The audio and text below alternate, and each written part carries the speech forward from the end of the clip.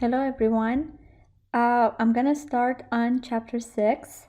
Chapter 6 is chemical composition, and basically it is the start of stoichiometry. Alright, the first thing that we want to talk about is counting atoms. Counting atom in chemistry is kind of the same as counting items. Like, for example, if you want to count gummy bears or if you want to count nails. If you have a big box of gummy bears with like hundreds of gummy bears, you don't usually sit down and count every single one of them. The way to do it is you're gonna look at the total weight of the package, and then you're gonna find out the weight of only one of the gummy bears. Once you know the weight of only one of the gummy bears, and you know the total weight of the whole package, which is always written on the packaging, you will know how many gummy bears you have. And the same thing works with the box of nails. If you have like thousands and thousands of nails in a box, you're not going to sit down and count every single one of them unless you don't have anything to do in life. Then again, we use the same way. From the packaging, you know the total weight of the package, and then what you need to do is to find out the weight of only one of the nails. Once you know the weight of only one of the nails and you know the total weight of the box, you can find out how many nails you have in the box. And in chemistry, it's exactly the same thing. We kind of follow the same concept because atoms are so teeny tiny that you cannot sit down and count it. It's impossible to count them individually. That's why in order to find the mass of atoms, we use this unit conversion, okay, which is 1 atomic mass unit is equal to 1.66 times 10 to the power of negative 24 grams. Then we're going to use this number as a conversion, and then we will know how many atoms we've got. This conversion you don't need to memorize. You will be always provided with it. Now let's continue talking about atomic masses. By definition, atomic mass unit, as you could see here, is the average atomic masses of an element containing different isotopes.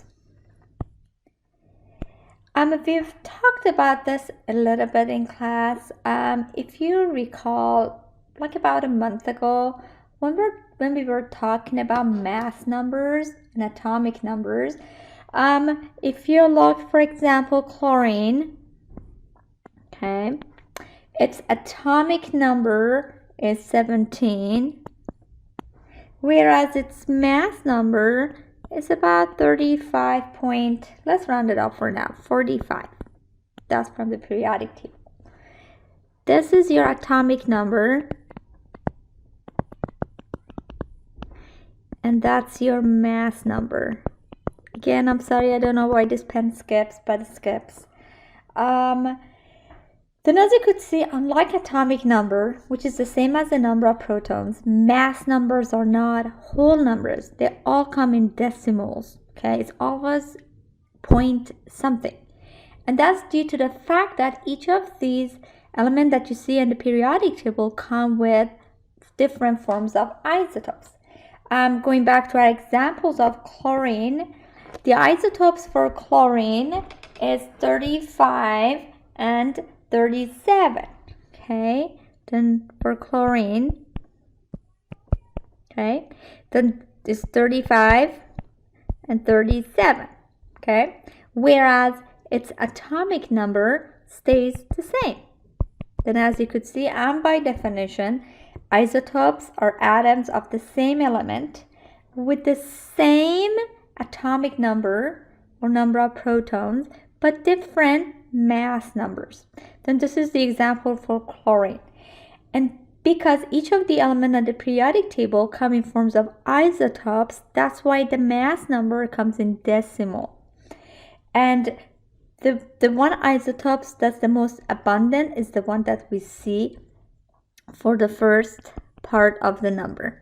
Okay, then the first part of the number is that one isotope is the most abundant, and the decimal part is for the other ones.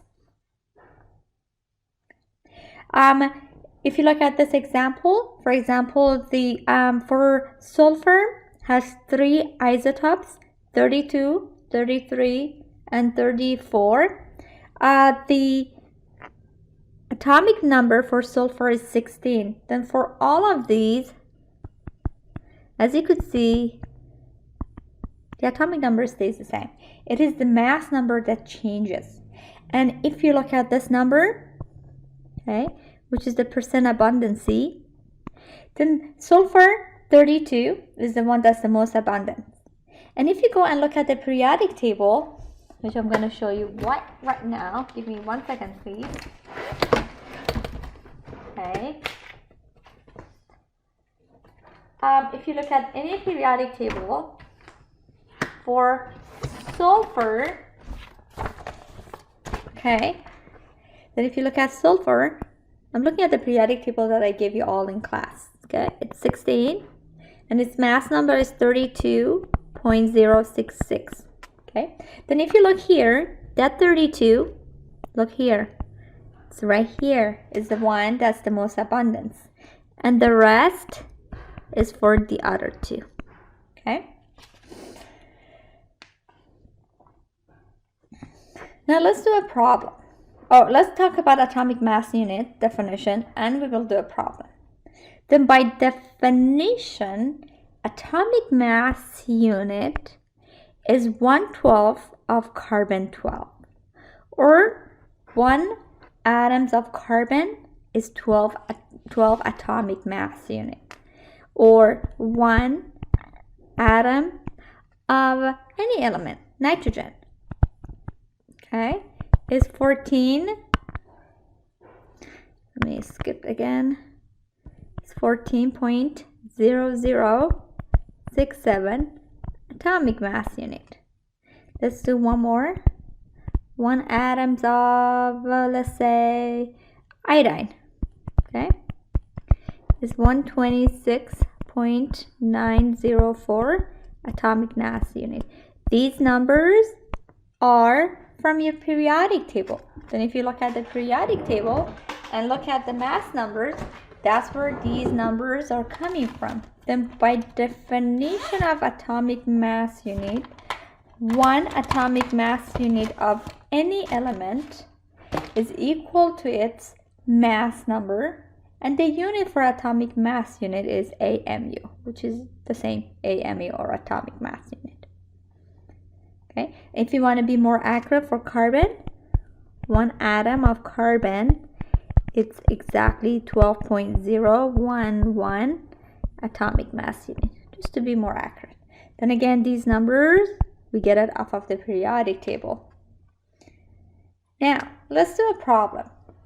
We want to calculate the atomic mass unit, then the mass of the atoms, the unit for it, for this particular example, is an atomic mass unit. We want to calculate the mass of 89 atoms of argon. Then if you look at the periodic table, and by the definition of atomic mass unit, 1 atom of argon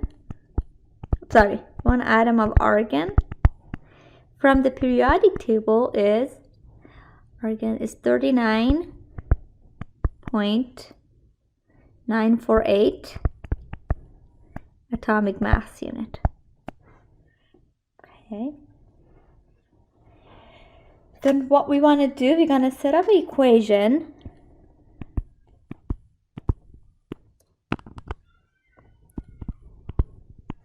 of argon. Then we're going to set up an equation so that we could cancel out the atoms of argon, and we would end up with atomic mass unit. And to do that, with the atom of argon gonna be at the denominator, and up top it's gonna be the atomic mass unit.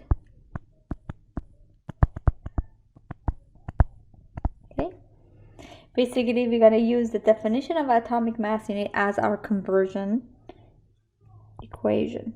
Okay, and also as you could see here, the atoms are again gonna cancel out, and we will end up with 35.55 atomic mass unit.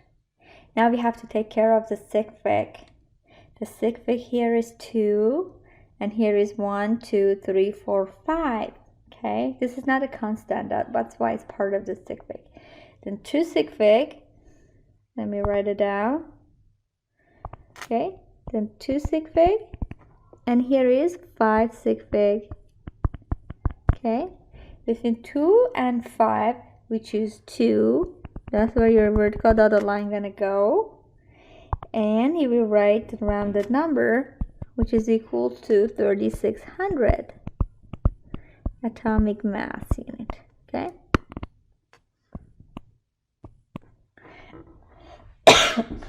then therefore 89 atoms of argon is equal to 3600 atomic mass unit. Now let's continue. We're going to do one more example dealing with isotopes. Okay, then the question says chlorine has 2 isotopes, and it's given on this table. Okay, then the one with the mass of 34.97 atomic mass unit, its percent of abundancy is 75.78%, and the one that's 36.97, its percent of abundancy is 24.22. Then what we wanted, the question asks us to calculate the atomic mass unit for chlorine, considering that it has 2 isotopes with these abundancy. Then how do we do the calculation is, let's do the calculation. Let's write it in blue. Okay, then what we're gonna do, we want to multiply. First of all, we want to convert the number from percentile to a regular number. Remember, if you want to make a number to a percentage, we multiply by 100. Then now that we want to remove the percentile, we're going to divide it by 100. Okay, then the way that we're going to do this problem is 34.97 atomic mass unit multiplied by this number, the abundancy, but make it a number. Remove the percentile. Okay, it will be 0.7578 plus 36.97 atomic mass unit times 0.2422. Okay, then it's a multiplication plus a division. Now first we're multiplying 34.97 by 0.7578, okay, which we will get 26.500266 plus the second part 8.9544, and the unit is atomic mass unit. Now here we are multiplying, we're gonna go by sigfig rule. Okay, now let's write this down. This number is 4 sigfig. That number is 4. Then we go by 4 sigfig. That's where your dotted line gonna go. Now let's look at the second number. The second number is also 4 sigfig. Multiply by 4 sigfig. That's why your answer is gonna be 4 sigfig. That's where my dotted line gonna go. Now what we're gonna do next, we're going to add those numbers, okay, because we are adding. You're adding these numbers. When you add it, you're going to get 35.4544 atomic mass unit. Now we have to go by decimal rule. Why? Because of that summation. Now, by decimal rule, if you look here, I'm going to use a different color. By decimal, that means every number, 0 or non-zero, after the decimal will be counted. Then this number is 2 decimal. And this number is 3 decimal. Then we choose the least decimal, which is 2. That's our vertical dotted line gonna go on 2 decimal. Okay, that's why your rounded number is gonna be 35.45 atomic mass unit. Okay, this is the atomic mass unit for chlorine, having these two isotopes with these percentage of abundancy. Okay, one thing that you do not want to do, you do not want to average. I don't want you guys to add these two numbers divided by 2. If you do that, you will not receive any credit. Okay, you always have to multiply by the percent abundancy and then add those numbers together. Then if you look at the periodic table, you will see this is the atomic mass unit or mass number for chlorine atom.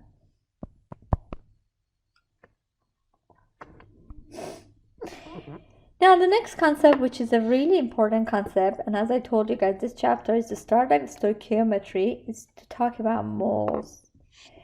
By definition, moles, 1 mole of an atom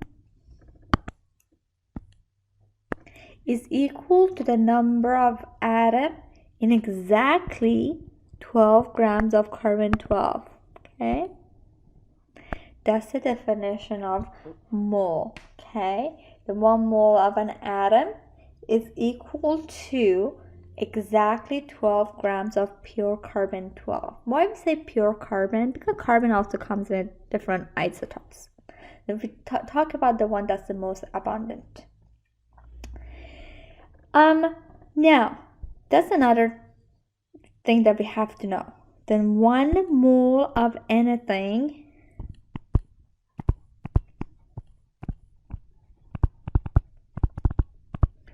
is equal to this many number of that thing. Okay. It could be anything. It could be marbles. Then 1 mole of marbles is equal to this many number of marbles. It could be chlorine atom. Okay. This number is called Avogadro's number. Okay. And it's named after the scientist who discovered it. Okay. Again, the Avogadro's number will be provided to you. That's why you don't need to memorize it. All you have to do is to understand whenever we are converting moles to atoms or molecules, you have to use Avogadro's number. Okay. Then, as you could see in this example, then 1 mole of marble, okay, is equal to Avogadro number for that marble. Okay. Then if you go back and recall what I just told you guys, then 1 mole of anything is equal to Avogadro's number of that thing. Then when we are dealing with marbles, 1 mole of marbles is equal to this many number of marbles. Now, if we are dealing with carbon atoms, okay, then 1 mole of carbon atom, okay, atom is equal to Avogadro number. Then the unit for Avogadro number here becomes atom. Okay. Whereas if we are dealing with molecules, as you could see, carbon dioxide is a molecule, then the unit for Avogadro's number will be molecules. Basically, it depends on what you deal with. If you deal with atoms, Okay, the unit that comes in front of the Avogadro number will be atoms. If you deal with molecules, the unit that comes in front of the Avogadro will be molecules. You have to know that. And one more time, you don't need to memorize the Avogadro's number. It will always given to you. This is basically what I told you guys. And we're going to rewrite it so that we could solve the problems. Okay? Then basically 1 mole of anything is equal to Avogadro numbers. That thing could be one thing. We call it, the unit for it will be atoms. If it's 2 or more, it will become molecules. Okay? Now, let's do this problem. We're going to convert 3.5 moles of helium to the number of helium atoms. Okay? Then whenever you're told to do the conversion to find the number of atoms or molecules, the very first thing that you have to remember is to use Avogadro's number. Then we use Avogadro's number to count the number of atoms or molecules.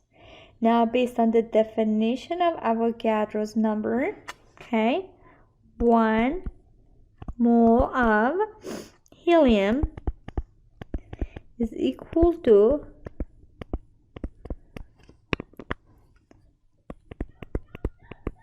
23. Now here, since helium is an atom, is just one thing, it's an element, the unit for it will be atom. Okay. Now we're gonna use this as our conversion. Okay. Now we're gonna set it up. We have 3.5 moles of helium.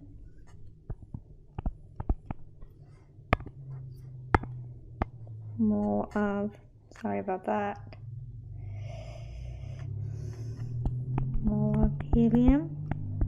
Then I'm going to set up the equation so that the moles of helium are going to cancel out and we end up with atoms. Okay, that's why the moles of helium are going to be at the denominator. Then 1 mole of helium. If anybody knows what I could do to prevent the skipping of the pen, let me know. Don't know why it skips, but skips all the time.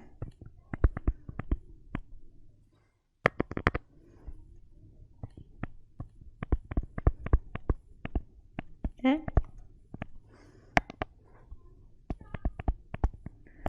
Right, then as you could see here, we could cancel out the moles of helium.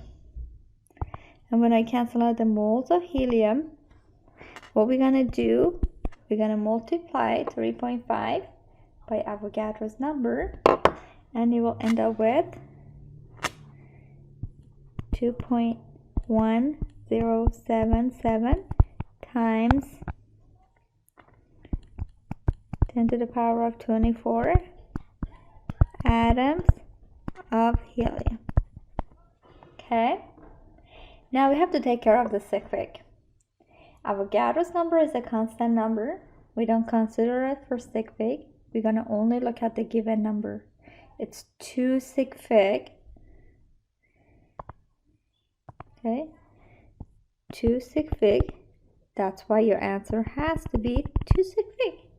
That's where I'm going to draw the dotted line. And then will be 2.1 times 10 to the power of 24 atoms of helium. Okay, and as you can see here, 3.5 moles of helium is equal to 2.1 times 10 to the power of 24 atoms of helium. One thing that I see a lot, when students go from unrounded to unrounded, they forget to transfer that 10 to the 24. That number is important. Don't forget to transfer it. Okay, that's part of your number. There is a huge difference between 2.1 times 10 to the power of 24 with 2.1 only. Then don't forget to transfer everything. Now let's do one more problem. Here, we're going to go the other way. We are given the atoms of silver and we are told to calculate the moles of silver. Okay, that's what we're going to do here. Again, we're gonna use Avogadro's number. Okay, by Avogadro's number, 1 mole of silver is equal to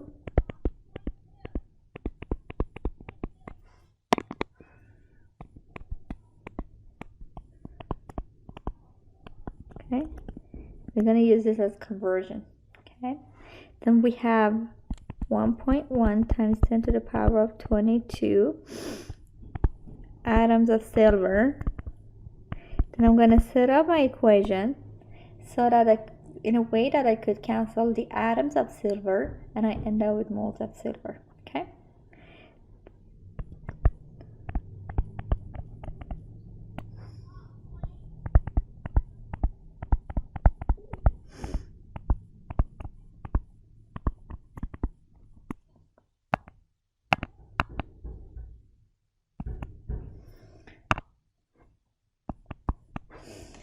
right. Then as you can see here, what I could do, I could cancel out the atoms of silver, okay? And I end up with moles of silver, okay? I'm gonna divide this number by Avogadro's number, which I'll get 0.018266356 moles of silver. Again, for the sake of sig fig, we're gonna look at our given number. Okay, then if you look at the given number, let's do this color, it's 2 sig fig. Okay, that's a constant. You don't look at it. 2 sig fig. That's why your answer has to be 2 sig fig. Okay, that's where the vertical dotted line gonna go.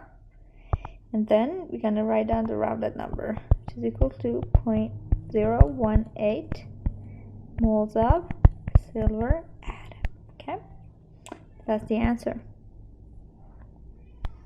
Okay, therefore 1.1 times 10 to the power of 22 atoms of silver is equal to 0.018 moles of silver.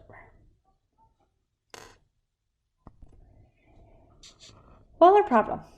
What we're gonna do here, we're gonna convert 5.0 moles of carbon dioxide to the number of molecules. Then if you look here, the last two examples we've worked with atoms. Now we're dealing with molecules. Okay, it's exactly the same calculation. The only difference that the unit is different. Now if you look here, then what we're gonna write here, we're gonna say 1 moles of carbon dioxide is equal to 6.022 times 10 to the power of 23 molecules. Okay, then instead of mole, now we have molecules. Everything else remains the same. Then what we're gonna do, we're gonna set up the equation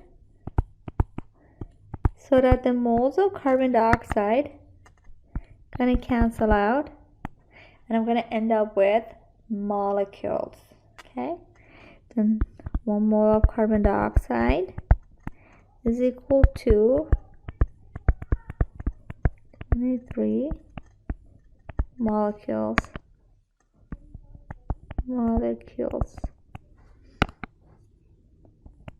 Okay, so what we're gonna do here, let's do, then as you can see here, the moles of carbon dioxide are gonna cancel out. Then here, I will be multiplying 5.0 by the Avogadro's number, and I will get 3.011 times to the power of 24 molecules. Okay, and again we have to do sig fig. Then for the sig fig, we look at the given number. The given number is 2 sig fig. Sorry. Okay, 2 sig fig. That's why your answer has to be 2 sig fig. That's where my vertical dotted line gonna go. Then I'm gonna rewrite the rounded number, which is 3.0 times 10 to the power of 24 molecules. Okay. Therefore, 5.0 moles of carbon dioxide is proportional or is equal to 3.0 times 10 to the power of 24 molecules. Then as you can see here, I used molecules as the unit. Why? Because carbon dioxide is molecules. If you use atom, you made a mistake and you will lose credit. Okay? Because carbon dioxide is not an atom, it's a molecule. That's why the unit has to be molecules instead of atom.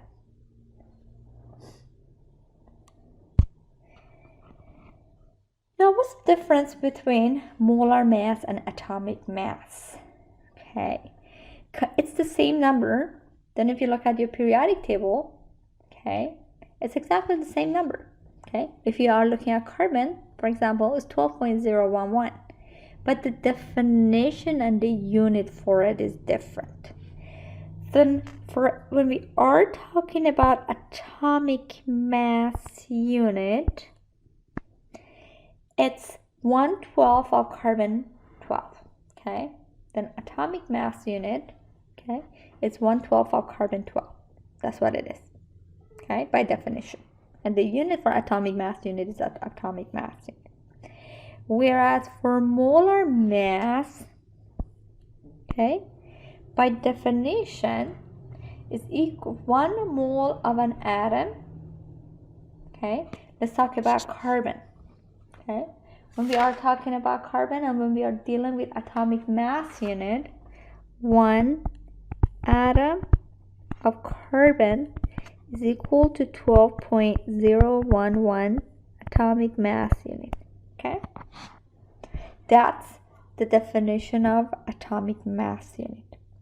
Now when we are dealing with molar mass, it's 1 mole of carbon is equal to 12.011 gram.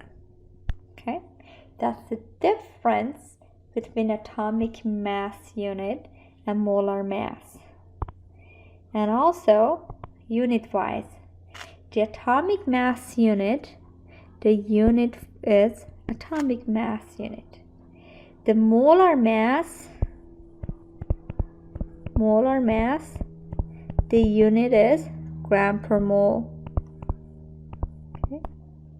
Then basically we deal with the exact same number but different unit. Atomic mass unit is AMU and molar mass is gram per mole. And it's written differently based on the definition. Okay. Then for atomic mass unit, 1 atom of carbon is equal to 12.011 atomic mass unit. Whereas when we are talking about molar mass, 1 mole of carbon is equal to 12.011 gram. Okay, same number, it's defined differently. Or one more time, when we are talking about copper, okay, if you are talking about atomic mass unit for copper, 1 atom of copper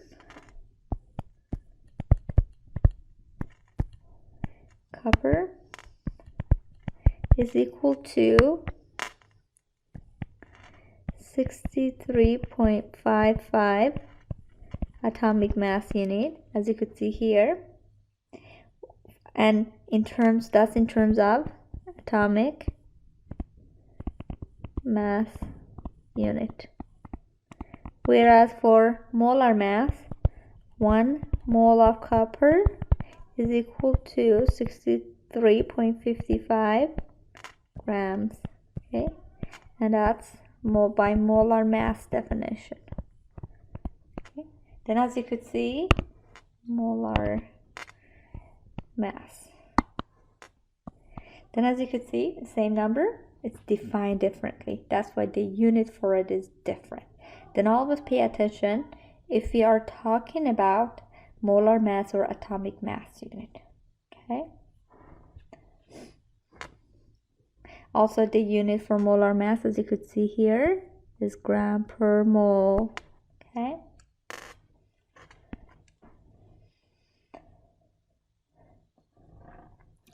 Now, we could use molar mass as a conversion. Why? Then if I go back to what I just told you, for example, if you are talking about copper, then 1 mole of copper is equal to this many grams, right? Okay, then let's write it. 1 mole of copper. Okay, 1 mole of copper is equal to 63.546. Okay, then we're gonna use molar mass to convert between mole and gram. Okay, remember when we were talking about Avogadro's number? 1 mole is equal to this many number of atoms or molecules.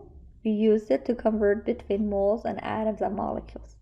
Now we're going to use molar mass to convert between a mole to a gram or a gram to a mole.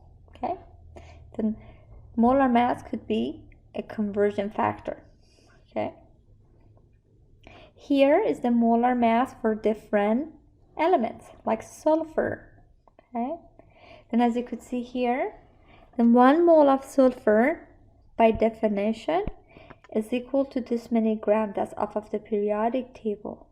Also, 1 mole of sulfur is this many Avogadro's number. And since sulfur is an atom, the unit will be atom. The same thing for carbon. 1 mole of carbon is this many grams. That's off of the periodic table. That's the molar mass for this many atoms. And the same thing for lithium. Okay, and this number is from your periodic table.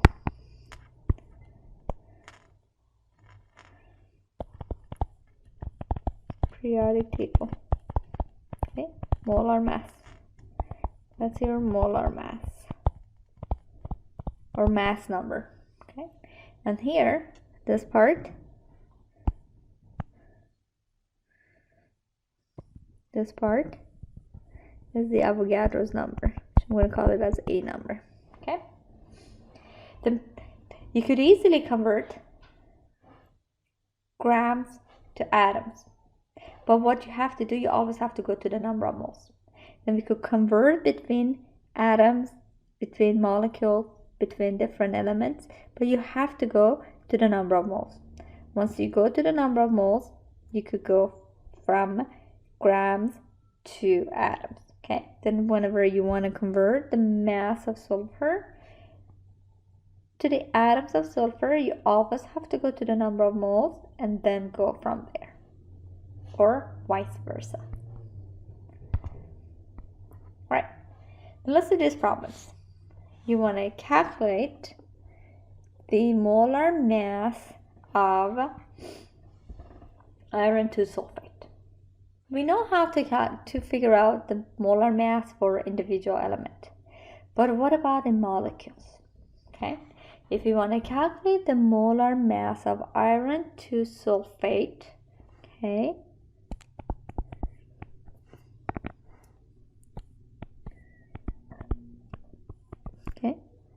basically it's a summation of the molar mass of the individual elements. Okay, then this specific compound, iron 2 sulfate, consists of 1 iron plus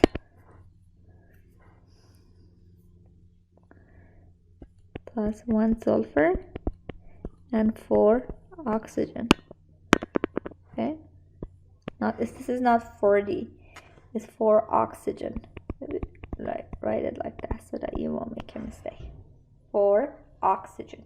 Okay, now to find the molecular weight or molar mass of iron 2 sulfate, you're gonna plug in the molar mass of individual element from your periodic table. Molar mass of iron from our periodic table is 55.847 gram per mole. Remember, the unit for molar mass is gram per mole. 1 sulfur, the molar mass of sulfur is 32.055 gram per mole.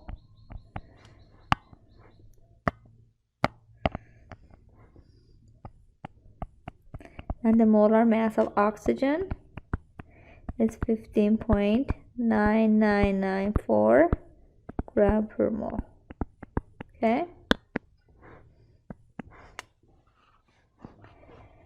Then what we're gonna do, we're gonna add them all. Don't forget, for oxygen is 4 times as much. You get 151.9106 gram per mole. Now we have to take care of the sig fig. Then for taking care of the sig fig, this number is 1, 2, 3, 4, 5 sig fig. Let me change the color so that it's easier to read. This number is 5 sig fig. That number is 1, 2, 3, 4, 5 also. And this number is 3, 4, 5, 6 sig fig. Then we always go by list, which is 5, 1, 2, 3, 4, 5. Okay, and then once you know how many sig fig, you do your vertical dotted line, and then you will write your rounded number 9, 1. I think I'm missing a 1 somewhere.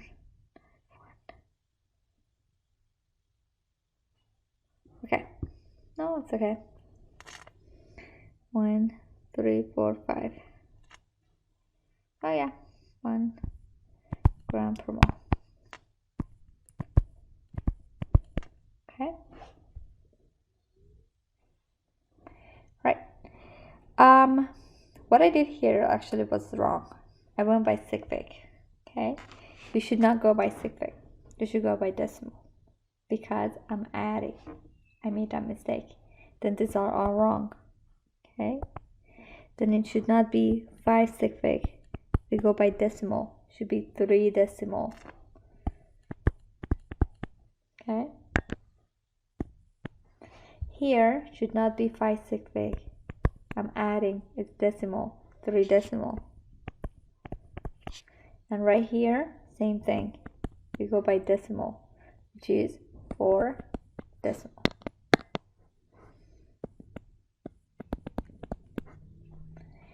Then again, this is wrong. My dotted line will be wrong.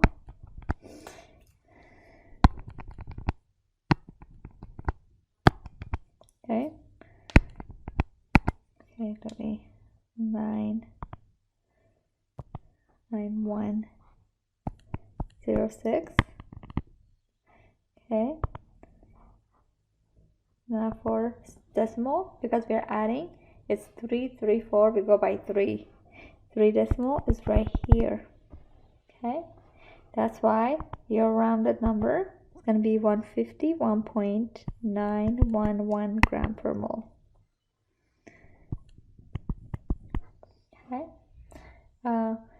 That's why when we are adding, we go by decimal rule. We do not go by sig fig rule. Decimal, every number after the decimal sign will be counted 0 or not 0. And we always go with the least decimal or sig fig. Then since we are adding, decimal rule will be 3. That's your 3 decimal. That's your vertical dotted line. And that's your rounded number. Okay. Then this is your molar mass of iron 2 sulfate. This is the answer.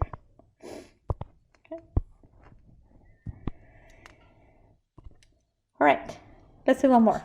We're going to calculate the molar mass of barium nitrate. Okay, again, when we want to calculate the molar mass of barium nitrate,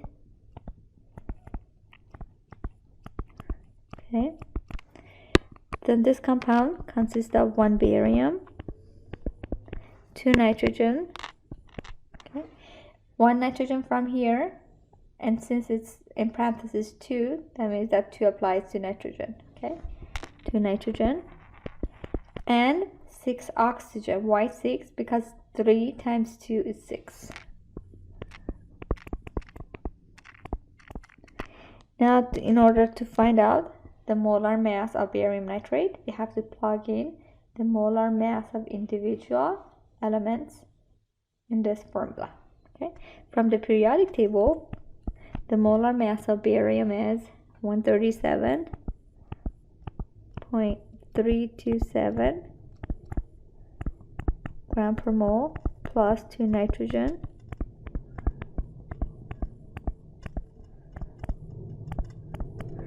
plus 6 oxygen.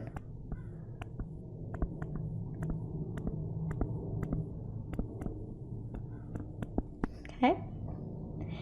Now what we're gonna do, we're gonna multiply each of these molar masses by the coefficient. Okay, since you have 2 nitrogen, for nitrogen you multiply by 2, 6 oxygen, for oxygen you multiply by 6. And then we're gonna add them. Then when you add all these numbers, you get 261.3368 gram per mole. Here we are adding, we go by decimal rule. Okay, that means all numbers after the decimal sign. That's 3 decimal. This number is 1, 2, 3, 4. And that one is also 4 decimal. And we always go by the least, which is 3. Okay, that's my vertical dotted line gonna go. And then I'm gonna write my rounded number.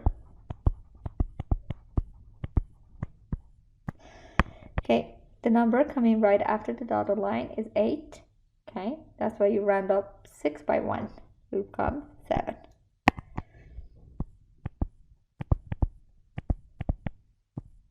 Okay, and this will be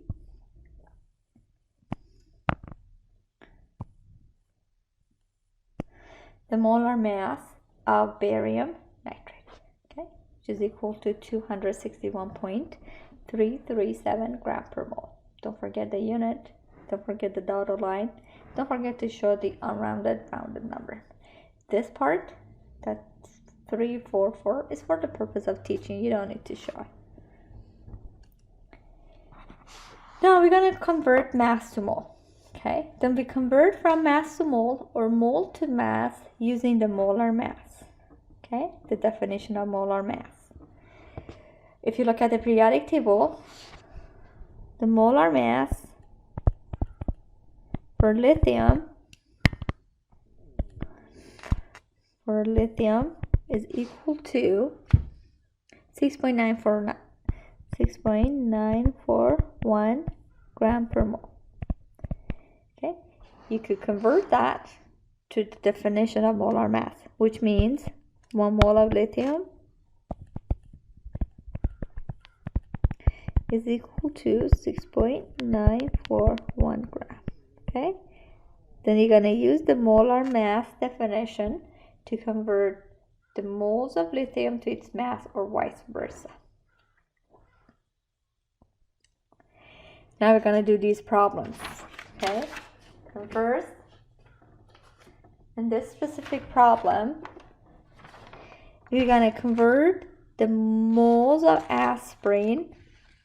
Actually, we're going to convert the mass of aspirin to its mole.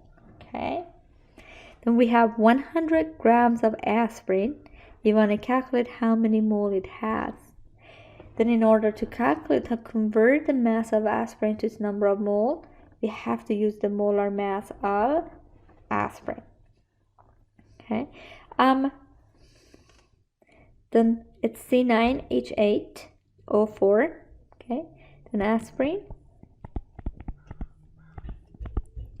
consists of 9 carbon, 8 hydrogen, and 4 oxygen.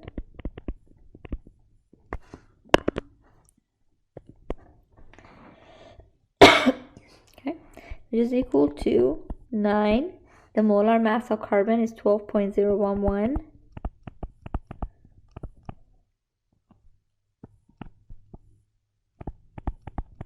Plus hydrogen is 1.0079.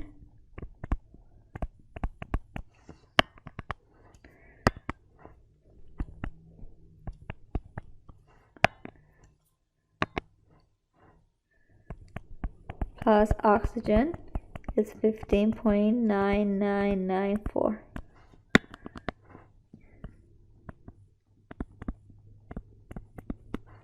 Okay. Then what we're going to do, we're going to multiply the molar masses by these coefficients, and we're going to add them all together, and become 180.1598 gram per mole. Again, we're going to go by decimal rule because we are adding. This one is 3 decimal, 4, and 4. Do not go by 3. Okay. Is equal to 180.1. Now, the number coming after the dotted line is 8. The one before is 9. Okay, we're going to round it up by 1. Then becomes 160. Okay. This is the molar mass of aspirin. And by definition, if you want to convert it to a definition or the conversion, 1 mole of aspirin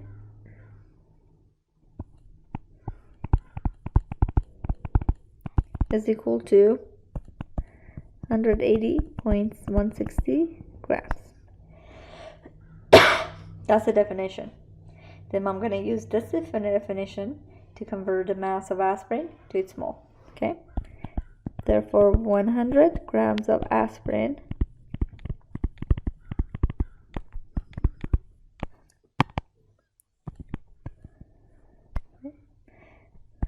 I'm going to set up my equation so that I could cancel out the mass of aspirin and I could end up with moles.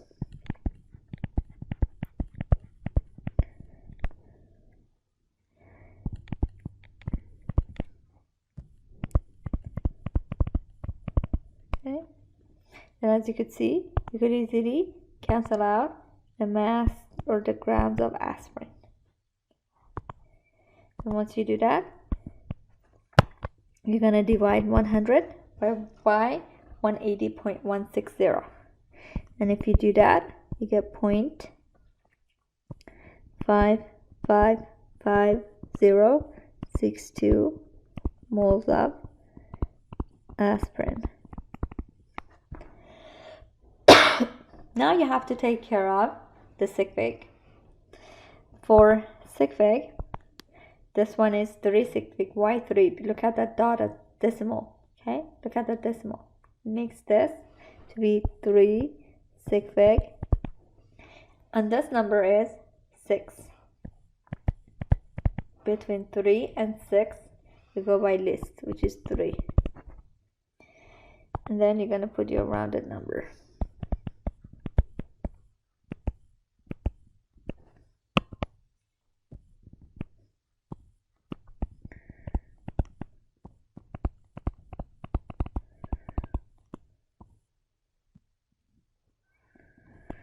Okay, as you can see here, 100 grams of aspirin is equal to 0.55 moles of aspirin. Then what I did here, I used the definition of a molar mass to convert the mass of aspirin to its mole. And how did I get the molar mass? I calculated it.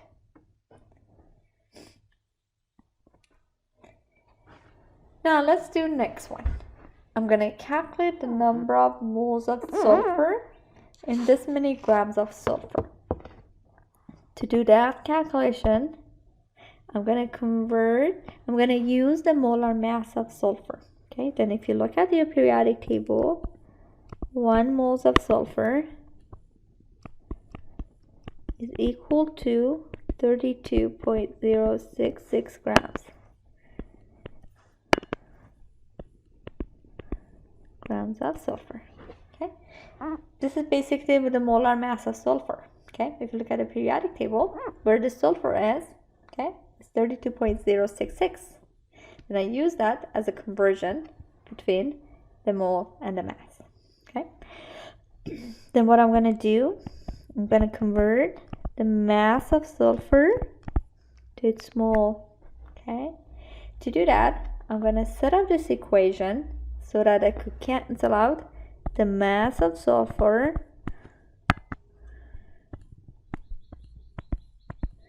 and I end up with moles of sulfur. Okay, as you can see, the grams of sulfur gonna cancel out and I will end up with moles of sulfur. Okay. Oops. Let me cancel this one. I don't know where that came from. Okay, we're gonna divide 57.8 by 32.066, which I'll get 1.802532 moles of sulfur. Now I have to take care of the sig fig. This number is 3 sig fig.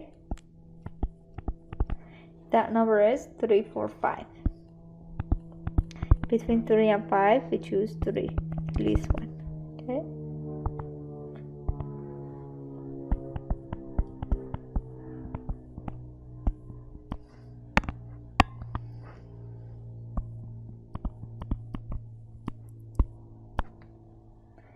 And as you can see here, 57.8 grams of sulfur is equal to 1.80 moles of sulfur.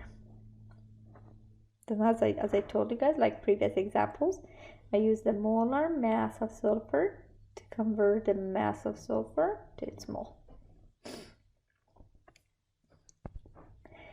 Now let's do one more problem. Here we're gonna convert the moles of aluminum to its mass. Then we're gonna do the opposite way. Same problem, same calculation, everything the same. What I'm gonna do, we're gonna look at the periodic table for molar mass of aluminum. Okay. One thing that I forgot to tell you guys is that molar mass is the same as molecular weight. Okay. Molar mass and molecular weight are exactly the same thing. Okay. Sometimes you will hear me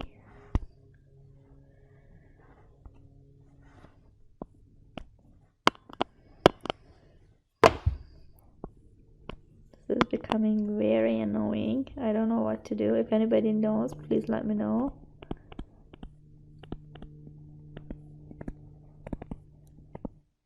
Okay, MW. Okay, same thing. Molar mass is the same thing. It's named differently. Okay, then you might hear me sometimes talk about molar mass, sometimes talk about molecular weight. Exactly the same thing. Same number, same everything. It's just two different names for it. Okay, definition the same, unit all the same. Okay. Now, going back to our problem, we're gonna calculate the mass of aluminum and 6.73 moles of aluminum. Then again, we're gonna look at the periodic table and find the molecular weight or molar mass of aluminum. Okay, then 1 moles of aluminum from the periodic table is equal to 26.9815 grams. Okay, then I'm going to use this conversion to convert the moles of aluminum to its mass. Okay, 1 mole. I'm going to set up my equation so that I can cancel out the moles of aluminum and end up with its mass. That's why the mole is going to go at the denominator.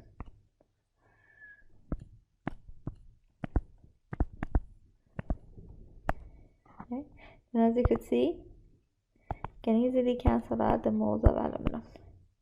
And I will end up with mass of aluminum equal to 181.585 grams of aluminum. Okay, now we're gonna do sig fig. 3 sig fig. This one is more than 3 sig fig. That's why our answer has to be 3 sig fig. Okay, 3 sig fig. We go by sig fig because multiply. This number is 1, 2, 3, 4, 5, 6 sig fig. Okay, between 3 and 6, I'll choose 3. That's equal to 182 grams of aluminum. Okay. Therefore, 6.73 moles of aluminum is proportional to 182 grams of aluminum. That's converting between moles to mass using, again, the molar mass or molecular weight of aluminum. Now here, we're going to convert the molecules. We're going to convert the mass of aspirin to the molecules of aspirin. Okay? Okay, in order to convert the mass of aspirin to the molecules, remember what I told you guys, we always have to go back to the number of moles. Saying that, we're gonna write a roadmap, and my roadmap will be, I'm gonna convert the milligrams of aspirin to the grams of aspirin to the moles of aspirin and to the molecules of aspirin. Okay, and as you could see here, I cannot directly convert the mass of aspirin to the molecules. I always have to go to the number of moles, and number of moles goes to molecules. Okay, then whatever that you want to do, you always have to go to your base definition, which is the number of moles. Now, I'm going to go from milligram to gram. Okay, this is prefix is multiplier. Okay, you're going to use the prefix as multiplier.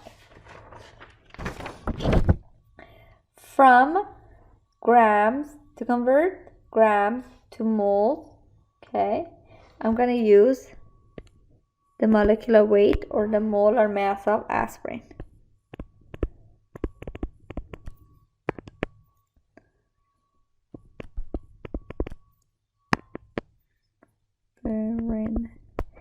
And to go from moles to the molecules, I'm going to use the Avogadro's number. So I'm going to write it as A number. Okay. Now what I'm going to do, I'm going to set up my equation. Okay. If you recall, the first problem that we did, we've already calculated it, the molecular weight of aspirin. Okay. We've done the calculation. Okay. You'll see here. Okay. Here, the first example, I calculated the molar mass of aspirin. I'm not gonna do the calculation. I'm just gonna use this number. Okay. All right. Then 325 milligram. The first equation is to go from milligram to gram. Okay. Then based on the definition or the prefix is multiplier, 1 gram is 1000 milligram. Okay. Now, I'm going to make it shorter. Now I'm going to convert grams of aspirin to its mole. Okay. Then what I'm going to use this. I'm going to use the molecular weight or the molar mass of aspirin, and I'm going to use this as a conversion factor. Okay, then I'm going to set up my equation, okay, so that I could cancel out the mass. 1 moles of aspirin is equal to 180.160 grams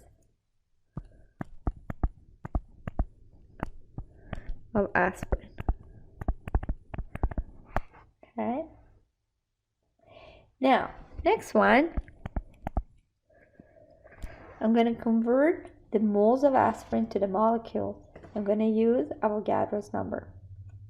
Then I'm going to set up my equation so that the moles of aspirin are going to cancel out and I will end up with the number of molecules. Okay, because that's what we want.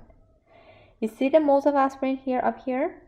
That's why the moles of aspirin should be at the denominator. Then by Avogadro's definition, 1 moles of aspirin is equal to 6.022 times 10 to the power of 23 molecules of aspirin.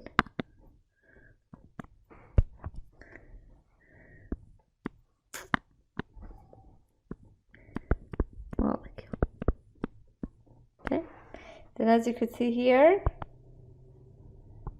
Okay, the milligrams gonna cancel out.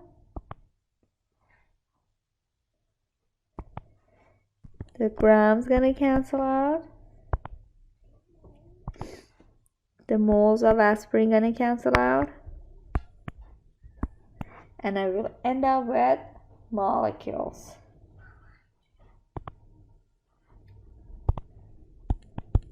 Okay, then it will be 1.0 equal to 1.08633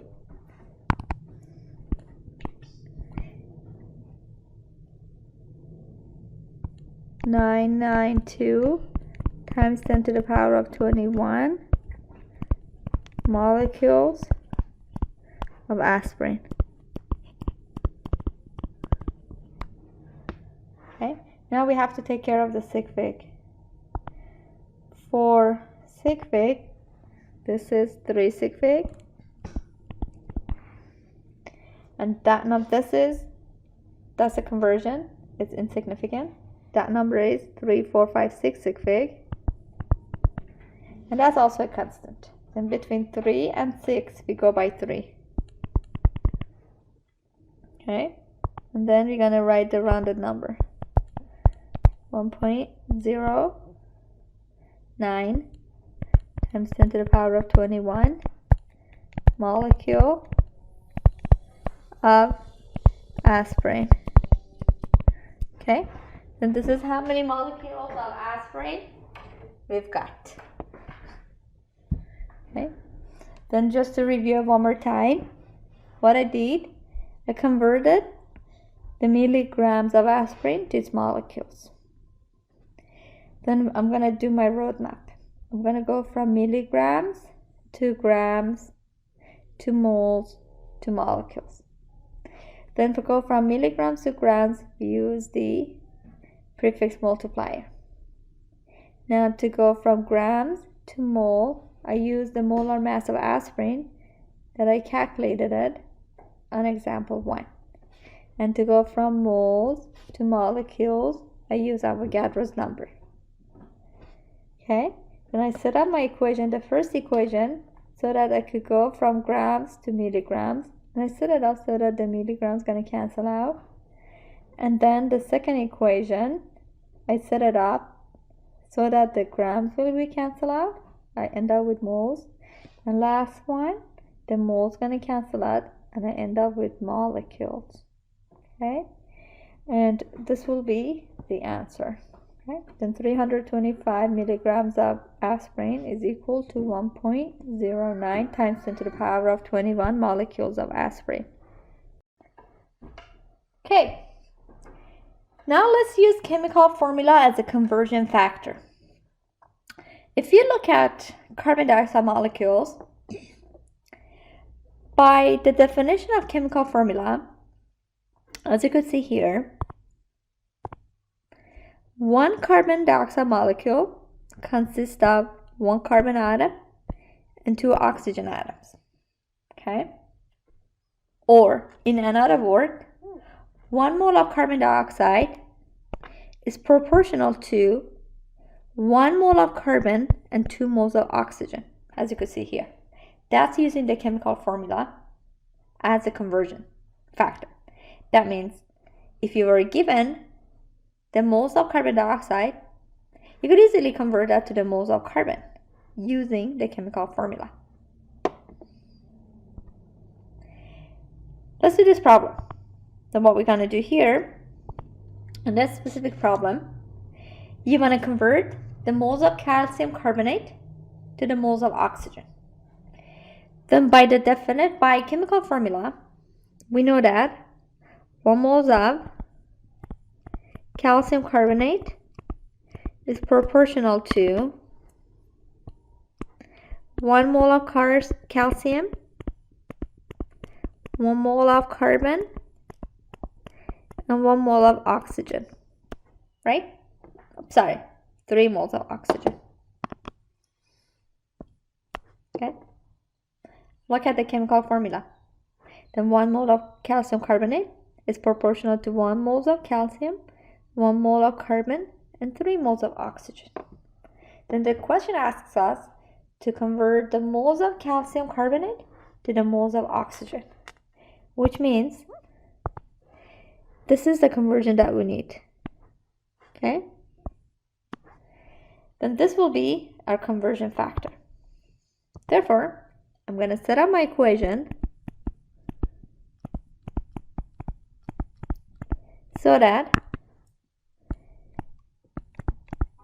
I could cancel out the moles of calcium carbonate, and I will end up with moles of oxygen.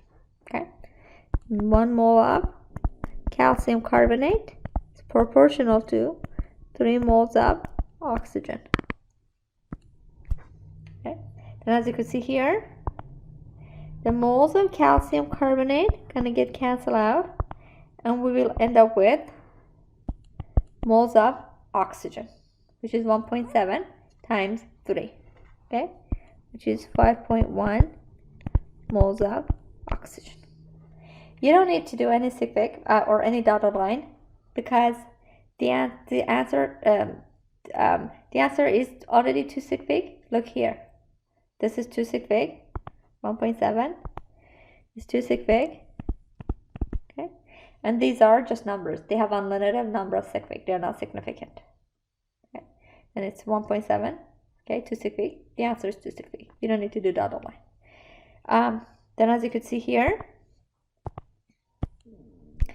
1.7 moles of calcium carbonate is proportional to 5.1 moles of oxygen atom. Let's do another problem. Here, you want to find the mass of sodium having 15 grams of sodium chloride. Then you could never convert mass to mass, atoms to atoms, molecules to molecules. You always have to go to the number of moles. You could convert the moles of one item to the moles of the other item, but you can never convert the mass directly, the mass of sodium chloride to the mass of sodium. Then first we have to go to the mole, do the conversion through the number of moles, and then continue with our calculation. Saying that, what we have to do here, I'm going to do my roadmap. Okay, that's 15 grams of sodium chloride. Then I'm going to convert the mass of sodium chloride to the moles of sodium chloride. Now to the moles of sodium. Now and then to the mass of sodium. Then as you could see, I was unable to directly convert the mass of sodium chloride to the mass of sodium. You could convert between moles of sodium chloride to the moles of sodium, but not mass to mass. Okay. Then to convert the mass of sodium chloride to the moles of sodium chloride, you gotta use the molecular weight of sodium chloride.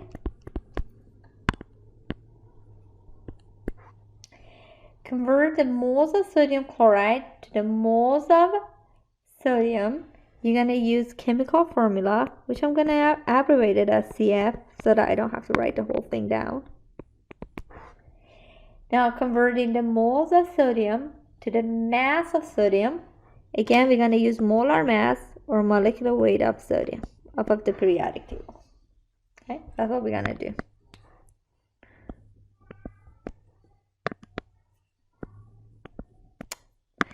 I don't know why my pen skips. I have to figure it out. I'll do it next time for sure. Okay. Then the molecular weight of sodium chloride. Let's change my pen. Let's go blue. The molecular weight of sodium chloride, okay, consists of 1 sodium plus 1 chlorine. Okay. Then the molecular weight of sodium chloride, sodium from your periodic table is 22.9898 grams per mole plus for chlorine is 35.4527 gram per mole. These are all from the periodic table. Then it's going to be equal to 58.44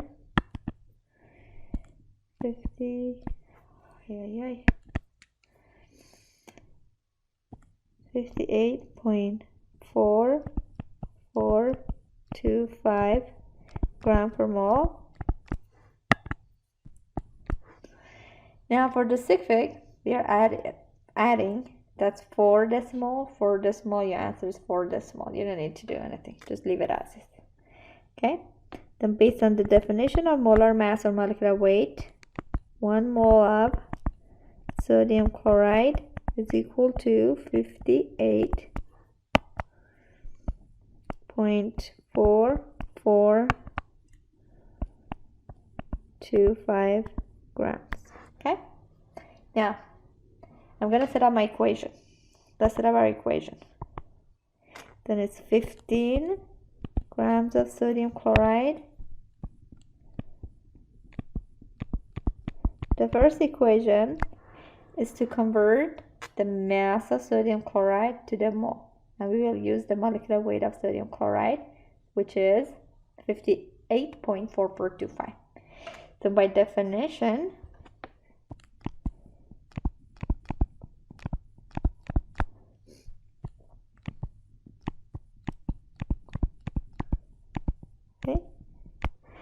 then the gram should be at the denominator since it has to cancel the gram. Okay. Then here we calculate the moles of sodium chloride. Next, we're going to convert the moles of sodium chloride to the moles of sodium. Then if I'm going to write a little side note here, let's do it one here. Then 1 mole of sodium chloride proportional to 1 mole of sodium and 1 mole of chlorine. Then we care about the moles of sodium. Okay. Then we're going to use the chemical formula to convert the moles of sodium chloride to the moles of sodium. Then we're going to set up this equation so that we could cancel out the moles of sodium chloride, and we end up with moles of sodium. And as you could see here, based on the chemical formula, the moles of sodium chloride to the moles of sodium, it's 1:1. Okay. Next, we're going to convert the moles of sodium to the mass of sodium. We need to use the molecular weight of sodium, okay, which is from the periodic table. 1 mole of sodium is equal to this many grams. Then I'm going to set up my equation so that I could cancel out the moles of sodium and end up with mass of sodium, which is 22.9898 grams from the periodic table. Make it teeny smaller. All right. Now, let's do the cancellation. As you could see here, the grams of sodium chloride gonna go. The moles of sodium chloride gonna cancel out. And the moles of sodium gonna go. And you will end up with mass of sodium. If you want, I could put it sodium here. Okay. Okay, then if you do the math, we will get 5.900620 grams of sodium. That's the mass of sodium. Okay. Then we have to do the sig fig. We're not done yet. For the sig fig, this number is 2 sig fig. That number is 3, 4, 5, 6 sig fig.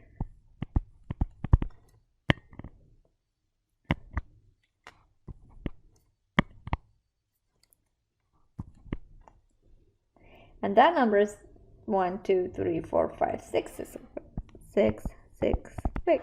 Okay? And the rest, they are insignificant. Between 2, 6, and 6, we go by 2. That's where my dotted line gonna go. Okay? Therefore, sorry about that, going to be equal to 5.9 grams of sodium. Therefore, 15 grams of sodium chloride yields to 5.9 grams of sodium. Then as you could see here, I was unable to convert the mass of sodium chloride to sodium directly. What you had to go is to convert the mass of sodium chloride to the moles of sodium chloride, then to the moles of sodium, then to the mass of sodium. This is your roadmap that you had to do. Okay? One more time, to convert the mass of sodium chloride to the moles of sodium chloride, I use the molecular weight of sodium chloride that we calculated it here.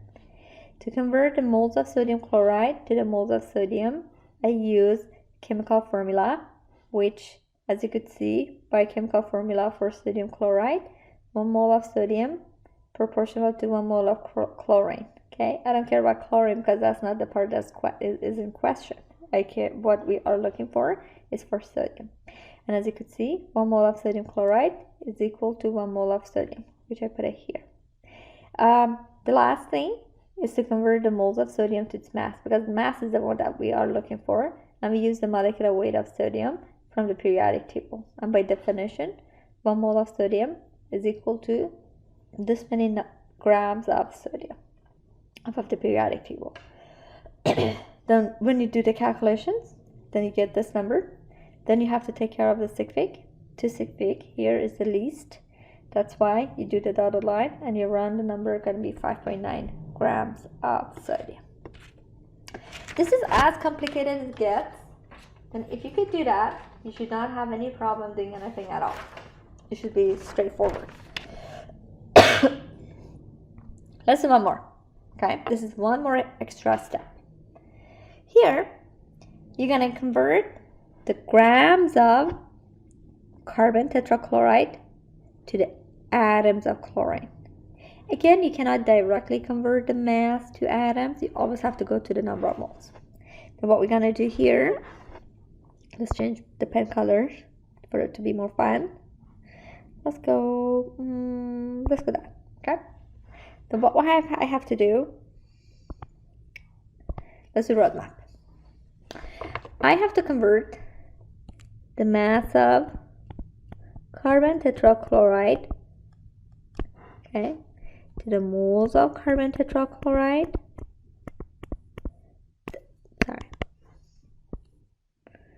Then to the moles of chlorine, and then to the atoms of chlorine. That's what we have to do. Okay? And you always have to go to that number of moles. To convert the mass of carbon tetrachloride to the moles of carbon tetrachloride, as we've done, we use the molecular weight of carbon tetrachloride. To convert the moles of carbon tetrachloride to the moles of chlorine, I'm going to use the chemical formula.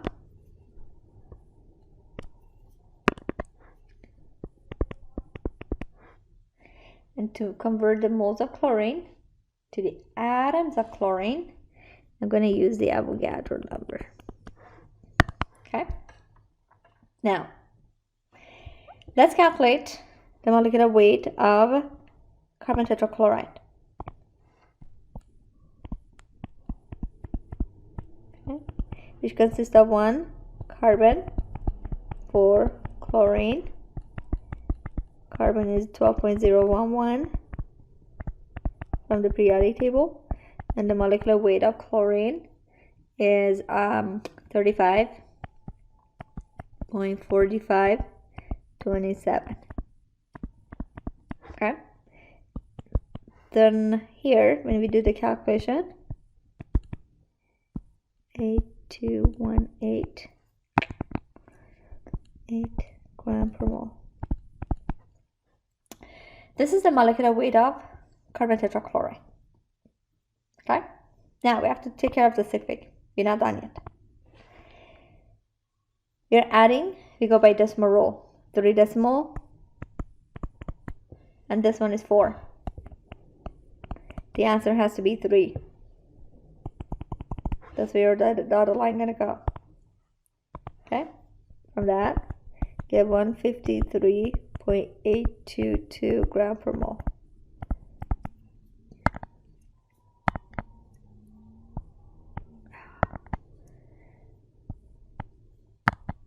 Maybe if I write it the other way.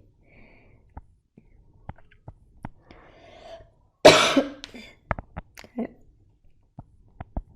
All right. This is the molar mass of carbon tetrachloride.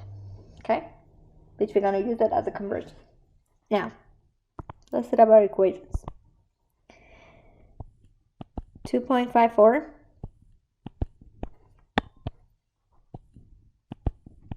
grams of carbon tetrachloride. I'm going to convert it to the moles of carbon tetrachloride using the molecular weight. Okay, then based on the molecular weight of carbon tetrachloride, 1 moles of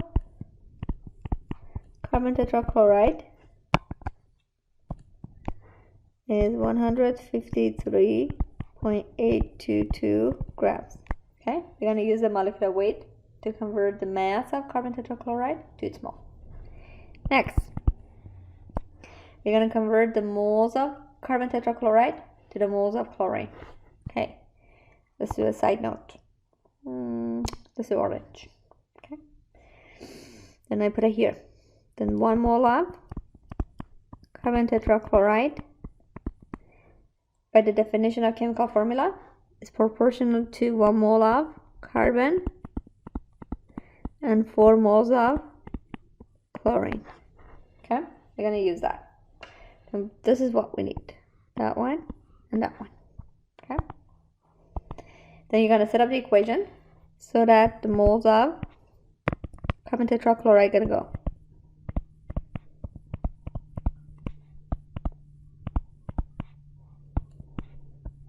Okay, then 1 moles of carbon tetrachloride is proportional to 4 moles of chlorine, as I wrote here. Last, you're going to convert the moles of chlorine to the atoms of chlorine. You're going to use the Avogadro's number. And by definition, 1 mole of chlorine is equal to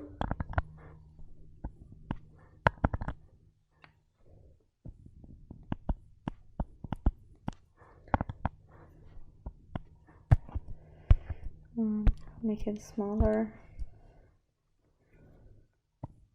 2 times 10 to the power of 23 atom, okay, of chlorine. Okay, now let's do the simplification. As you could see, the grams of carbon tetrachloride gonna go. Next, the moles of carbon tetrachloride gonna go, cancel each other out. Last, the moles of chlorine gonna cancel out. Okay, then you will end up with atoms of chlorine. Okay, once you plug in all the numbers, you will get 3.9775553 times 10 to the power of 22 atoms of chlorine. Okay, now again, like always, we have to take care of our sig fig. 3 sig fig, that one is 3, 4, 5, 6 sig fig, This number is insignificant, 4 and 1, unlimited number of sig, and that number is a constant. Then we have between 3 and 6, we go by 3. Okay? Which will be equal to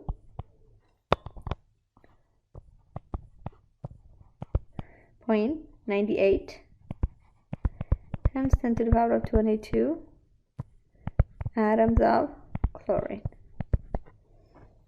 Okay? Again, don't forget to bring that 10 to the power of 22. Don't forget it. Okay? Usually atoms and molecules, since we are multiplying it by Avogadro's number, it's going to be a huge number. If your number was teeny tiny, when you want to find out the atoms or the number of molecules, if it was teeny tiny, you made a mistake somewhere. Usually it has to be a large number. Then one more time, then what we did here, we converted the mass of carbon tetrachloride to the atoms of chlorine. But since it cannot be done directly, we always have to go to the number of moles. And what I did, I converted the mass of carbon tetrachloride to the moles of carbon tetrachloride to the moles of chlorine to the atoms of chlorine. To convert the mass of carbon tetrachloride to its mole, I used the molar mass of carbon tetrachloride as I calculated it here. Moles of carbon tetrachloride to the moles of chlorine, I used the chemical formula, okay, as a conversion, which is here. And then moles of chlorine to the atoms of chlorine, I use the Avogadro's number. Okay, when you set up your equation, you do the calculations, okay, and you end up with a rounded number with a correct unit.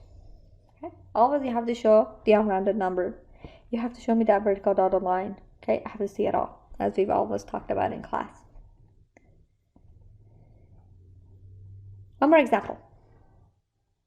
Now what we're going to do here, we're going to convert the atoms of hydrogen to the mass of hydrogen sulfide. Okay, that's what we're going to do. All right, let's do this. Let's do a roadmap. Let's go this color. Okay, now what we're going to do, I'm going to convert the atoms of hydrogen, okay, to the moles of hydrogen. Again, we all cannot do it directly. To the moles of hydrogen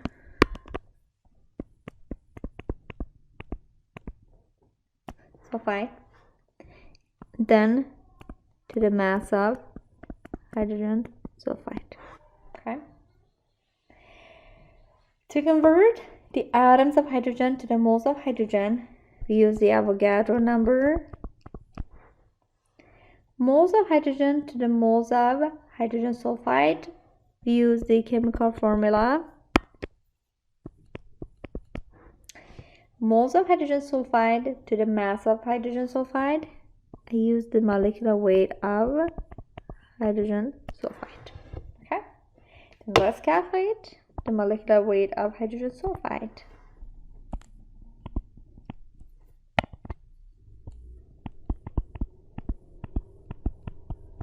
Okay, it consists of 2 hydrogen, 1 sulfur. From the periodic table, the molecular weight of hydrogen is 1.0079. The molecular weight of sulfur, this one is S. Maybe I didn't write it nice. It's not a 5, it's a S. Okay, it's 32.066.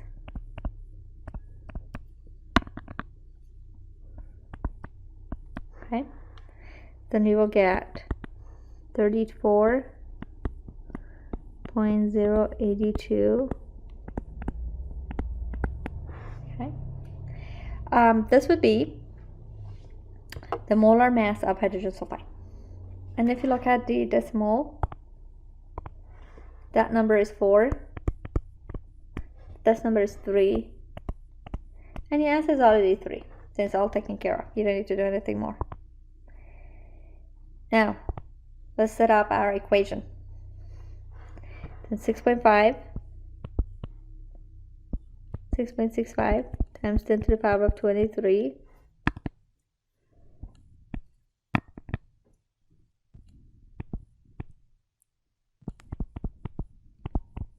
hydrogen atoms. Then what I'm going to do, I'm going to convert atoms of hydrogen to the moles of hydrogen. Use the Avogadro's number. Okay, then I'm going to set up my equation so that the atoms of hydrogen are going to cancel out, and I end up with moles of hydrogen.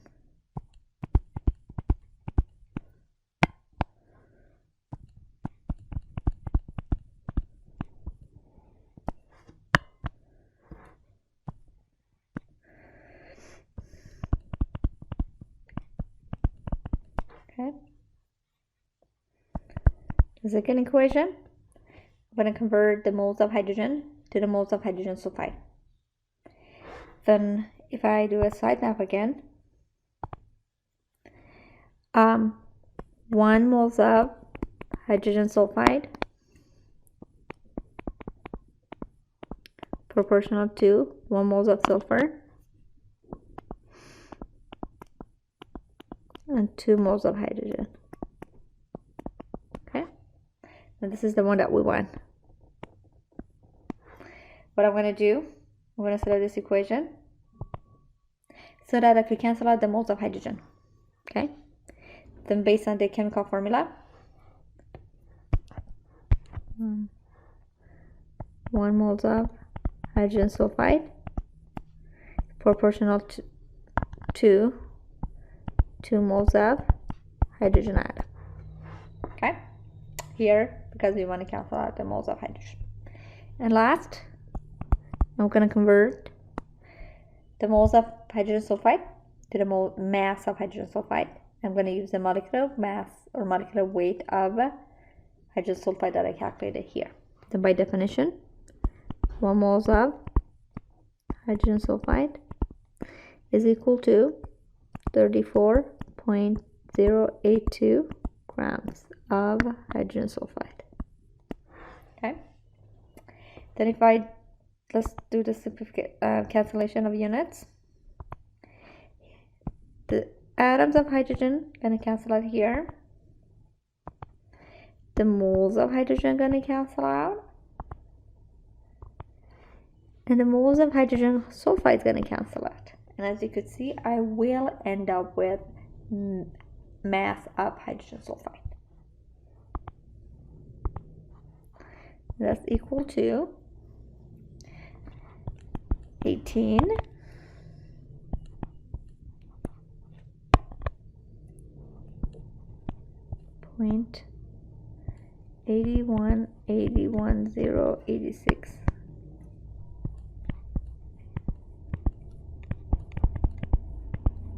Okay, 8181.86. All right, this is the mass of hydrogen sulfide, but we have to do one extra step, the sig fig step.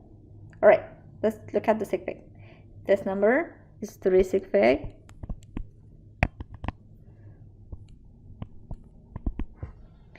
That number is a constant. That number is a whole number, unlimited number of sig fig. They're just numbers. And this number is 345. Then between 3 and 5, we go by 3.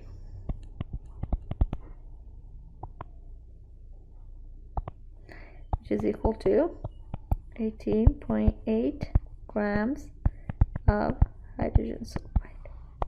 Okay, then this is the mass of hydrogen sulfide being produced. So what, as you could see here one more time, I wanted to convert the atoms of hydrogen to the mass of hydrogen sulfide. It cannot be done right away. You have to always go to the number of moles. Then what I did here, I converted the moles of hydrogen to the atoms of hydrogen to the moles of hydrogen using the Avogadro's number. Then moles of hydrogen to the moles of hydrogen sulfide using chemical formula. As you could see here, 1 mole of hydrogen sulfide is proportional to 2 moles of hydrogen. And last, I converted the moles of hydrogen sulfide to the mass of hydrogen sulfide using the molecular weight of hydrogen sulfide that we calculated it here. Okay, and I set up my equation and I wrote it so that I will end up with mass of hydrogen sulfide. Once you get to that point, you have to take care of your sig. This number is 3 sig, and that number is constant, this number is significant, and that number is 5. And between 3 and 5, choose 3. And this is your rounded number with the correct unit. Therefore, 6.65 times 10 to the power of 23 hydrogen atom yields to 18.8 grams of hydrogen sulfide. Now let's calculate the mass percent composition of compound. Basically, we're going to use this equation in order to find the mass percent of element within that compound. For example, like let's consider CH2Cl2. Okay, this is an organic compound because it consists of carbon. What you want to do, you want to find the mass percent of element, for example, chlorine. Then in order to do the calculation, you divide the mass of chlorine by the mass of the sample times 100. Why times 100? Because it's in percentile. This is the equation that you use to find the mass percent of element within the compound. Also, you don't need to memorize the equation. If you need it, you will be provided with it.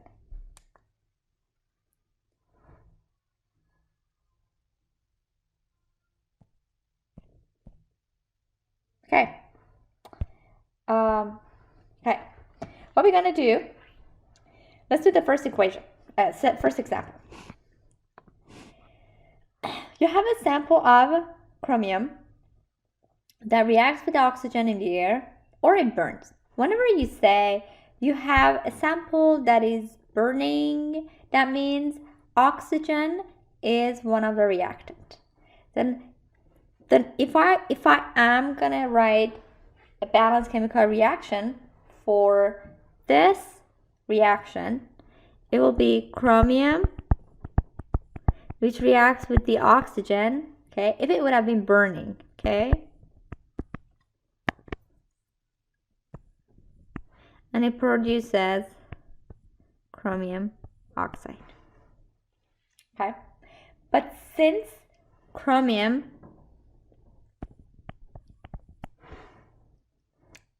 is a transition metal, I don't know what's the charge for it, and I was not told the charge on it.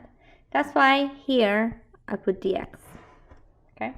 But that's beside answering the question, okay? It was just a little, somebody asked me what does burning means, okay? Which is reaction with oxygen gas, okay? All right, let's go back to our question. What we're gonna do here, we're gonna calculate the percentile of chromium, or mass percent of chromium in that chromium oxide or that metal oxide sample, okay? Then we're gonna use the equation that we learned. Then the mass percent of chromium will be the mass of chromium, okay, which is 0.358, okay? Here, you're told the mass of chromium over the mass of total sample, okay? And you're told the total mass of the sample is 0.523 grams. And since it's in percentile, we multiply by 100 to make it a percentile. Then you will get 68. Sorry, kind of click on. Okay, kind of messed up. Let me go back. Slideshow. All right. Then you will get 68.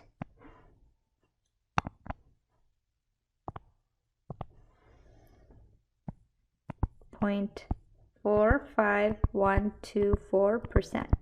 Okay. Then the grams are canceling out, and the unit will be in percentile. Now you have to take care of the sig fig. Okay. For the sig fig, this number is 3 sig fig. that number is 3 sig fig, then your answer has to be 3 sig fig. Okay, now you have to write your rounded number, which is equal to 68.5%.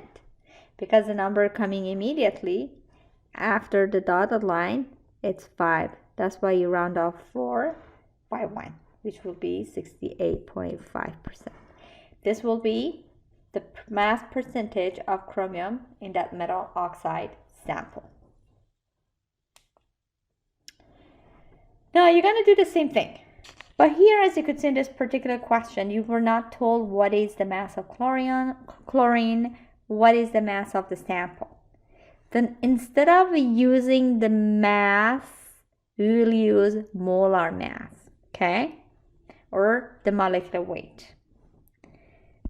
Then the mass percent of chlorine will be equal to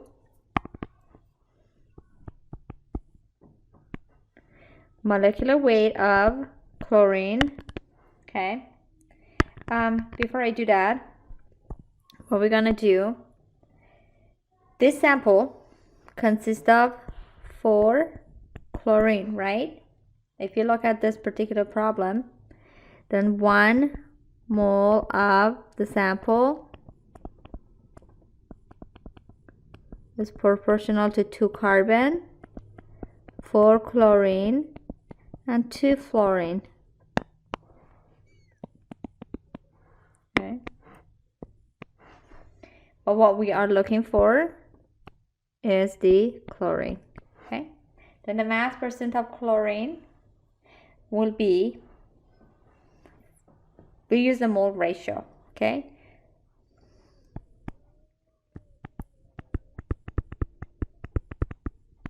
Okay.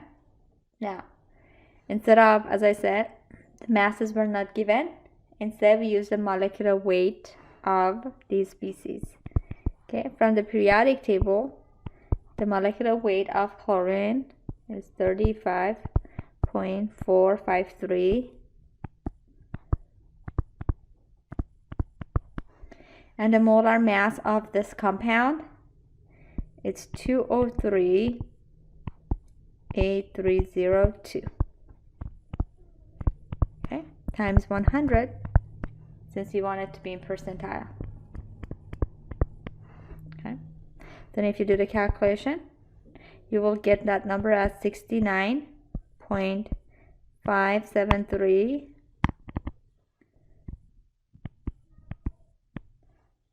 596%.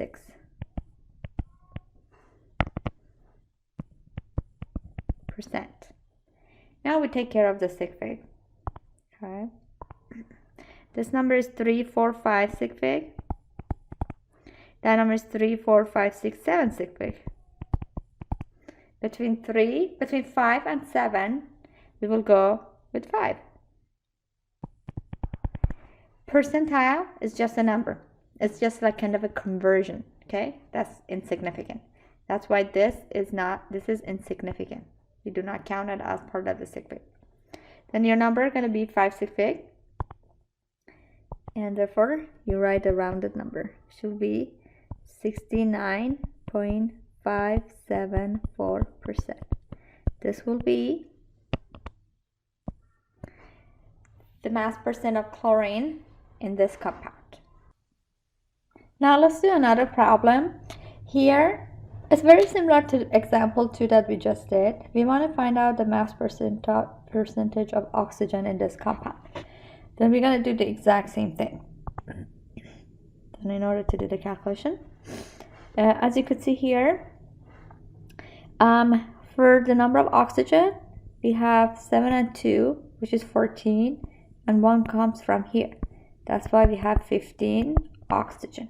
Okay, then the mass percent of oxygen will be 15 oxygen over the compound. Okay, over kryptonite times 100. Now Let's find the molecular weight of oxygen off of the periodic table, which is 15.9994 gram per mole, over the molecular weight of the compound itself, which is 483.7537 gram per mole times 100, since we have to report the number in percentile, which will be equal to, when you do the calculation, 49.6101632%. Okay, now let's take care of the sigma. This number is 1, 2, 3, 4, 5, 6. That number is 3, 4, 5, 6, 7. That's why the answer has to be 6. 1, 2, 3, 4, 5, 6. Again, 100, we just use it as a conversion. It's insignificant. And therefore, the answer will be 49.6102%. Okay? This is the mass percent of oxygen in kryptonite compound. Now what we're going to do next, I'm going to talk about, which is the last part of chapter 6, talk about empirical and chemical formula. How we can figure out the empirical formula and then the chemical formula from the empirical formula for a specific compound. Basically, empirical formula for a compound, by definition, is the simplest whole number ratio of the atom presence. Okay? Empirical formula can be, so many compounds can share the same empirical formula. Okay? We can find empirical formula through mass percent composition, whereas molecular formula is unique for each compound. And that's the difference between empirical and chemical formulas. Empirical formula, so many compounds could share it, whereas chemical formula, only one compound is specific to each compound, right? Then, for example, if you look at this problem or this examples for empirical formula, basically by definition is the simplest whole number ratio. Okay, then a lot of compound, organic compound, could have the same empirical formula, okay, as CH. So many different compounds. Whereas molecular compound is unique. Only the compound with 6 carbon and 6 hydrogen is benzene. We do not have any other compound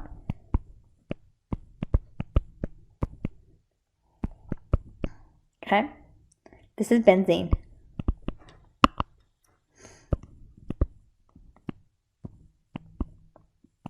Okay, benzene. These are the carbons.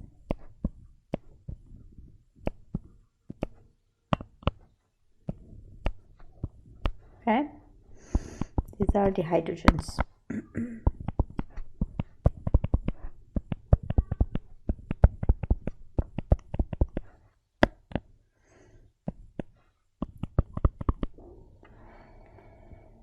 Okay, then as you could see, a lot of organic compounds could have the same empirical formula, CH, whereas molecular compound is unique for each compound.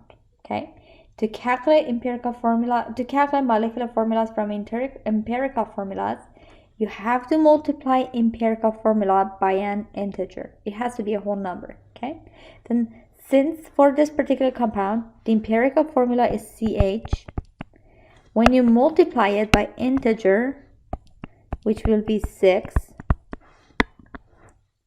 you'll get C6H6, which will be benzene. Okay, then this integer n has to be a whole number. Okay, 1, 2, 3, 4, 5, 6, etc. Now, how we write or calculate empirical formulas? Let's look at this example. Okay, and let's follow this example. there is this acid which consists 49.3% carbon, 6.9% hydrogen, and 43.8% by mass oxygen.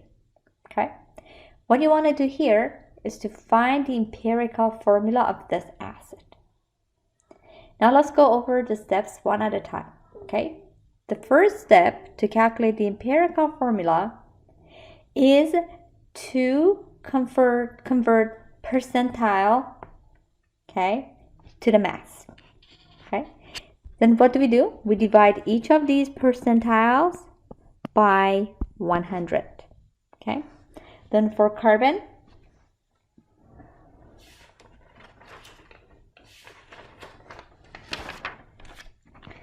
all right, let's do carbon. Okay, it's 49.3 divided by 100, okay, which you get 0.493 grams. And we do the same thing with hydrogen, which is 6.9 divided by 100, which is 0.069 gram. And we do the same thing with oxygen, 43.8 divided by 100, which is 0.438 gram. What you want to make sure is to follow the sig fig. Okay, that's really important that you guys follow the sig fig. Okay, then this one is 3 sig fig. My answer is 3 sig fig. This number is 2 sig fig. This is 2 sig fig. This number is 3 sig fig. Your answer is 3 sig fig. It's really important that you do follow the sig fig. Otherwise, your number is going to be all wrong. All right, then let's go back to our pen. Okay, and we go to our purple. Okay, this is part 1. And what all I did was to go from percentile to a mass. Okay, all I did was dividing numbers by 100. Now, step 2, you want to convert the masses to mole. Okay, that's what step 2 going to be. Then for carbon, then 0.493 grams. Remember, to go from mass to mole, we have to use the molar mass or the molecular weight of each element. Then based on the definition of molar mass and molecular weight, 1 mole of carbon, look at the periodic table, carbon is 12.011 gram. Okay, or same as the molar mass of carbon is this number. Okay, then if you do that, you get 0.041045 mole carbon. Okay, now it's the sig fig part. This number is 3 sig fig. That number is 345 sig fig. Your answer has to be 3. Okay.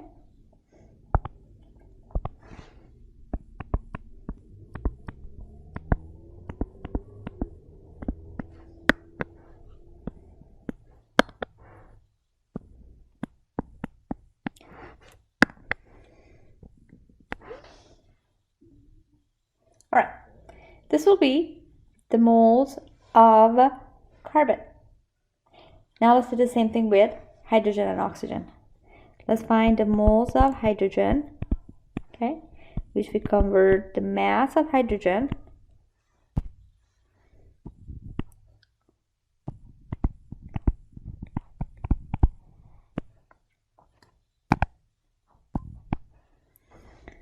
okay, then the molecular, you have to use the molecular weight of hydrogen or the molar mass of hydrogen. Again, 1 mole of hydrogen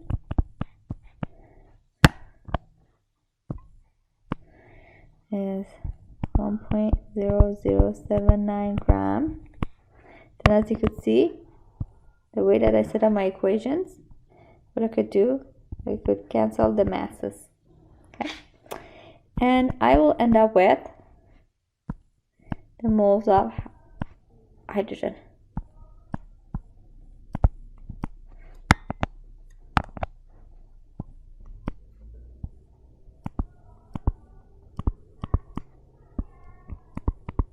All right, now let's do the sig fig. This number is 2 sig fig.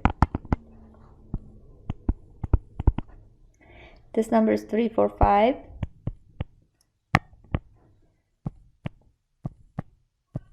Okay, that's why the dotted line gonna be at 2, and therefore the rounded number will be 0.068 moles of hydrogen atom. Okay, now let's do it for last one, oxygen. 0.438 grams. These are from previous step. Therefore, 1 mole of oxygen is 15.9994 gram. Oh, yeah. Okay. Okay. When we do the division, we get 0.027376 mole oxygen. Now let's do the sig fig. Okay, for sig fig, 3 sig fig. This number is 3456 sig fig. 6 sig fig. Okay, between 3 and 6, we go by 3. Right now, which is equal to 0.0274 moles of oxygen. Okay, so that's step 2. I converted the masses that I found in step 1 to mole. Okay, using the molecular weight of each of these elements as a conversion factor. Okay, now let's do step 3. What we're going to do, we're going to divide all the numbers of moles by the smallest value. All right, like here, these are the number of moles. Okay, this is for carbon, this is for hydrogen, this is for oxygen. One of the 3 is the smallest. Okay, then if you look here, oxygen is the smallest number. It's 0.02. The other is 0.06, 0.04. Then between the 3, number of moles of oxygen is the smallest of the 3. Then I'm going to divide everything by the moles of oxygen on the next slide.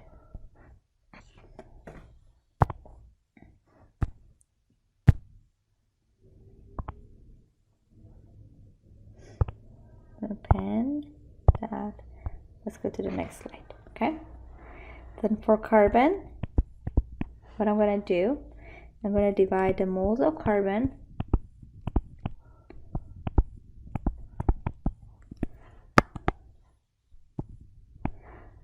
by the moles of oxygen, since it was the smallest. Okay, and if you do the math, you will get 1.5. Okay, now let's do the same thing for hydrogen.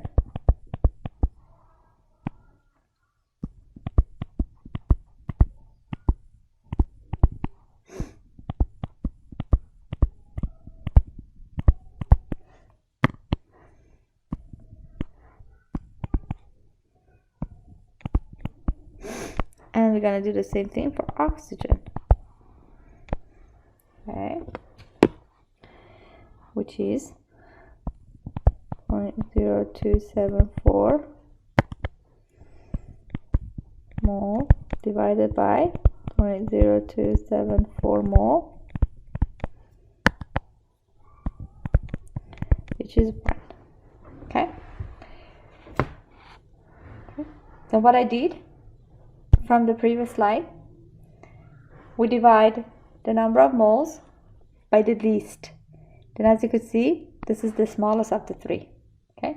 Between 0.0410, 0.068, and 0.0274, this is the smallest value. Then I divide all these number of moles by that number. Okay? Okay? And I got these numbers. Okay? 1.5 for carbon, 2.5 for hydrogen, and 1 for oxygen. And as you could see, these numbers have no unit in front of them because the moles gonna cancel out. Okay, these are just a number with no units. But as we've talked about, we cannot have 1.5 of carbon or 2.5 of hydrogen at all. Okay, we could have 1, 2, 3, 4 whole numbers, but we cannot have 3/4 or a half. Then what can we do to get rid of these decimals? In order to get rid of the decimals,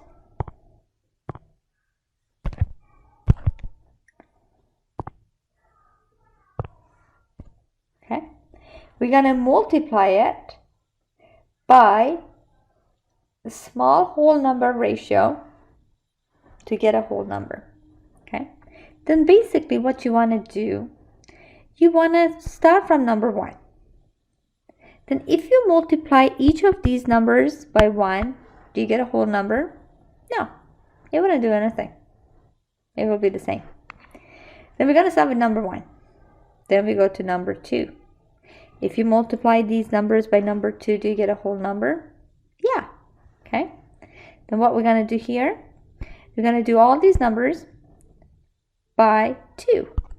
Then since carbon was 1.5, if you multiply by 2, it will be 3. Hydrogen was 2.5. If you multiply by 2, you will get 5. And oxygen was 1.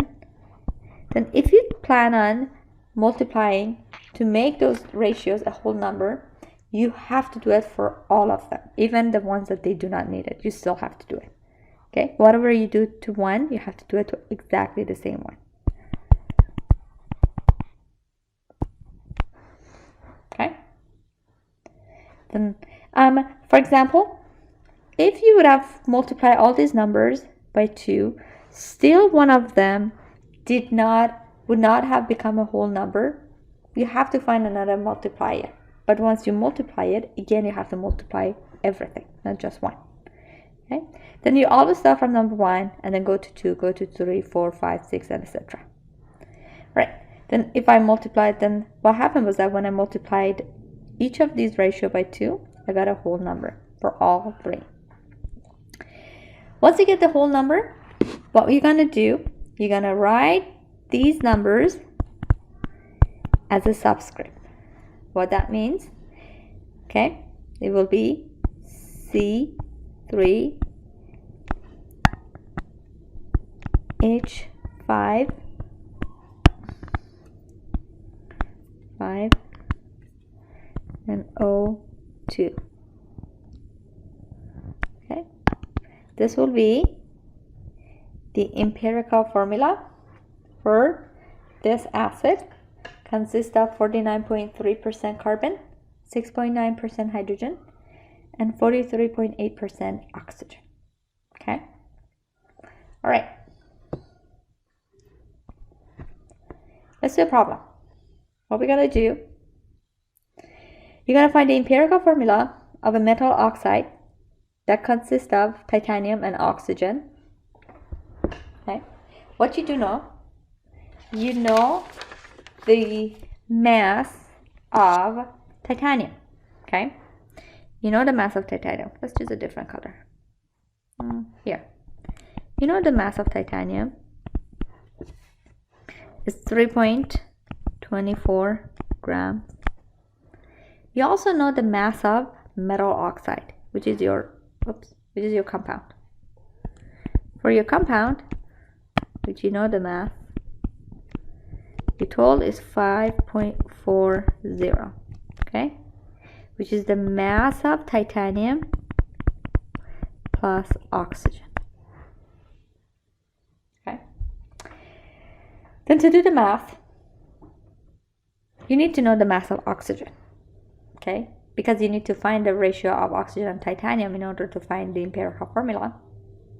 From what you know the total mass, you know the mass of titanium only, and you could easily find the mass of oxygen atom, which is going to be equal to 3.24 gram plus oxygen here, which will be 5.40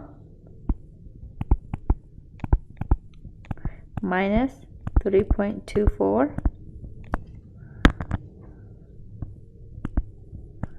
will be 2.16 gram.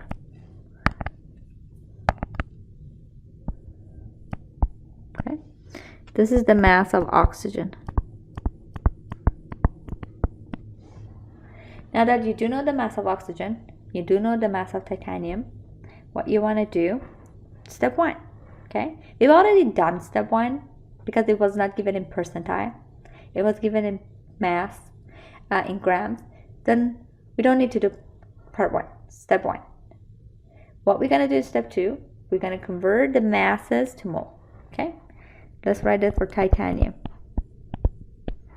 It's 3.24 gram times, to convert the mass of titanium to its mole, we're going to use the molar mass of titanium.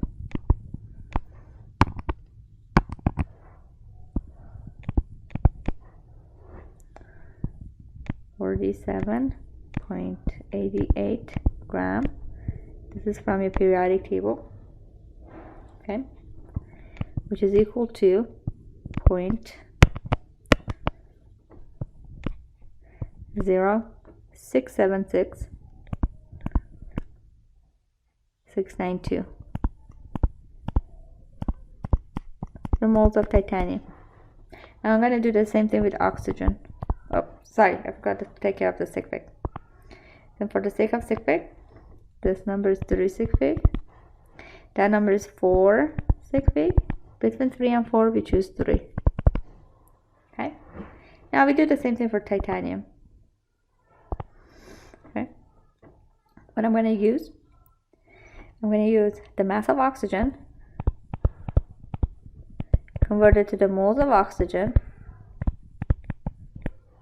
using the molar mass of oxygen. Okay, then what we're going to find out, if you plug in the numbers in your calculator, 0.51 mole oxygen. Then you have to take care of the sig fig. 3 sig fig. This number is 3, 4, 5, 6.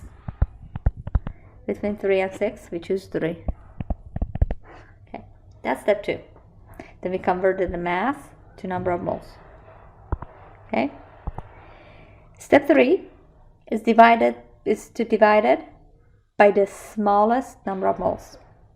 Now, if you look here, between 0.0676 and 0.1, okay, and between these two, titanium has a smaller number of mole.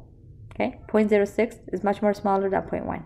Then we're going to divide everything by the moles of titanium.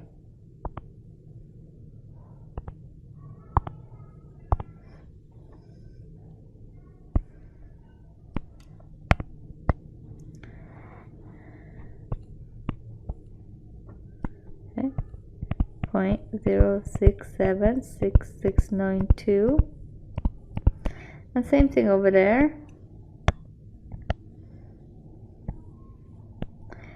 0.06766692. Okay, then if you do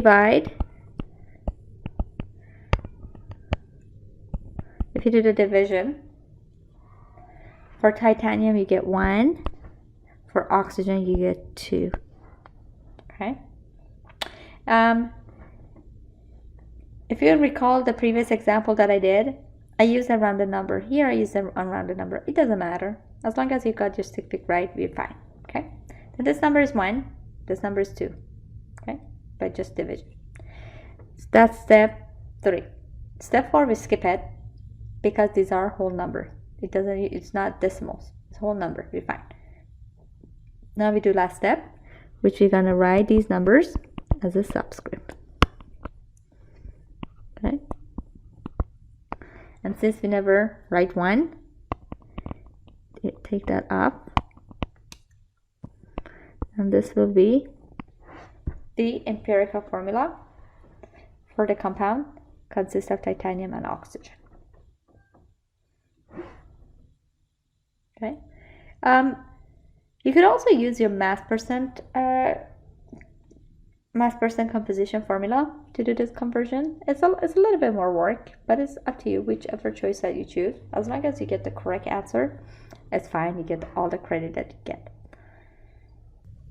Now let's do one more problem for empirical formula calculation. Here in this example, it says 3.0005 grams of copper metal is heated in chlorine gas. The mass of the product is 6.349. Now what we want to do is to calculate the empirical formula. Alright, this is like very similar to the previous example that I did. What we're going to do first is to find out the mass of, we already know the mass of copper. We need to find out the mass of chlorine. Okay.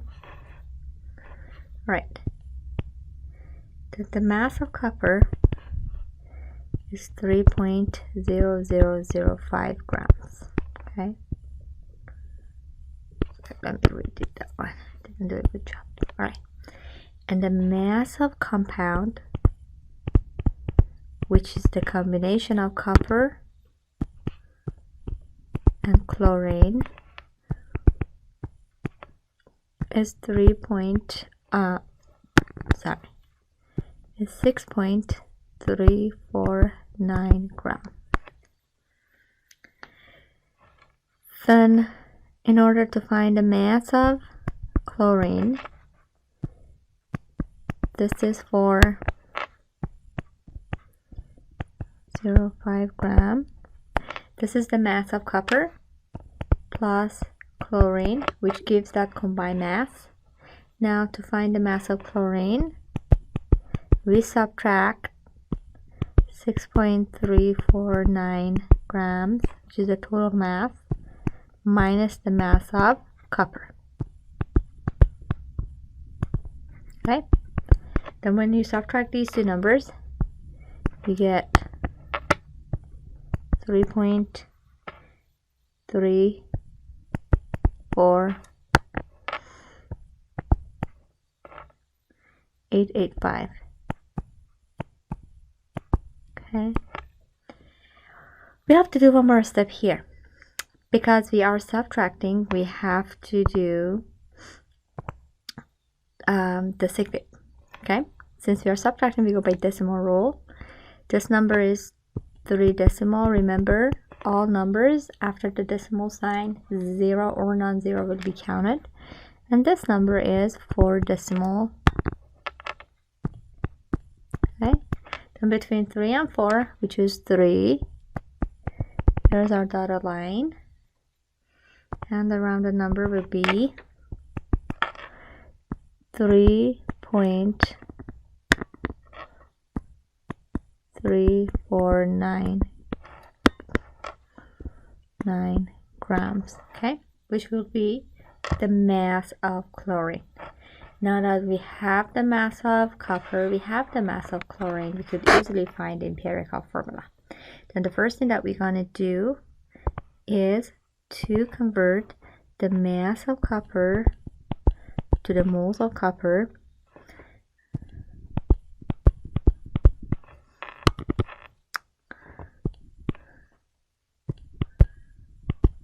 Okay. using the molar mass of copper from the periodic table, which is 63.546. Okay, it is equal to 0.04747212.255. 212.255 mole. Okay, this will be the moles of copper. Now we have to take care of the sig fig. This number is 1, 2, 3, 4, 5 sig fig. And the other number is going to be 3, 4, 5. That's why your answer needs to be 1, 2, 3, 4, 5. 5 sig fig. Okay? Now, let's do chlorine. Okay? No, we're going to convert the mass of chlorine to the moles of chlorine using molar mass or molecular weight of chlorine.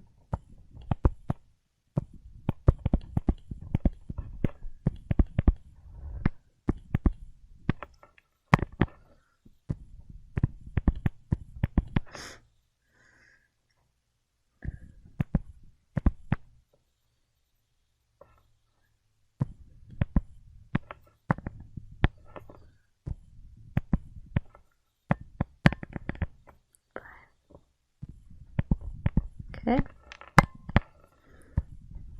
All right. This is the molar mass of chlorine. Then based on the mass of chlorine that we calculated above, we convert the mass to mole using the molecular weight of chlorine from the periodic table. That's a simple division. That's why it will be equal to 0.094463891 mole. Okay, now let's take care of the sig fig part of it. Okay, this number is 4 sig fig. This number is 3, 4, 5, 6 sig fig. Between 4 and 6, we choose 4. Okay. Now the next thing that we want to do is to find the ratio. So we're going to divide the numbers by the smallest number of mole. Then if you look here, this is the number of moles for copper. This is the number of moles for chlorine. Then between 0.04 and 0.09, 0.04 is the smallest of the two number of moles. That's why we divide everything by 0.0. Okay. I'm going to divide everything by 0.047212 mole. I'm going to do the same thing here. 0.047212 mole. Okay, I use the rounded number because that number is pretty long. You just use the rounded number. You can use the unrounded number. It doesn't matter. Then that will be 1, and this number will be 2. Okay. Okay. Since these two numbers are whole numbers, then we don't need to multiply it by some multiplier to make it a whole number. We just leave it as it is. And the last thing that we're going to do is to write the empirical formula. Okay, this is the empirical formula for this copper metal compound. And as you could see, here you will know that this is copper 2. Okay, it's copper 2 chloride. Okay, because chlorine is 1. Let me put the laser. Because chlorine is 1, okay, gives it 1 to copper, then copper has to be 2. Okay, then this compound is copper 2 chloride. Okay, let's do one more. Okay, here we're dealing with some gaseous compound, okay, which consists of carbon and hydrogen only. Okay, and we know the mass percent of carbon. Okay, what we want to do is to find the empirical formula for this compound. Then we do know the mass percent for carbon. Okay, then for carbon, okay, all right, the mass percent, let's do it this way. Then this compound consists of carbon and,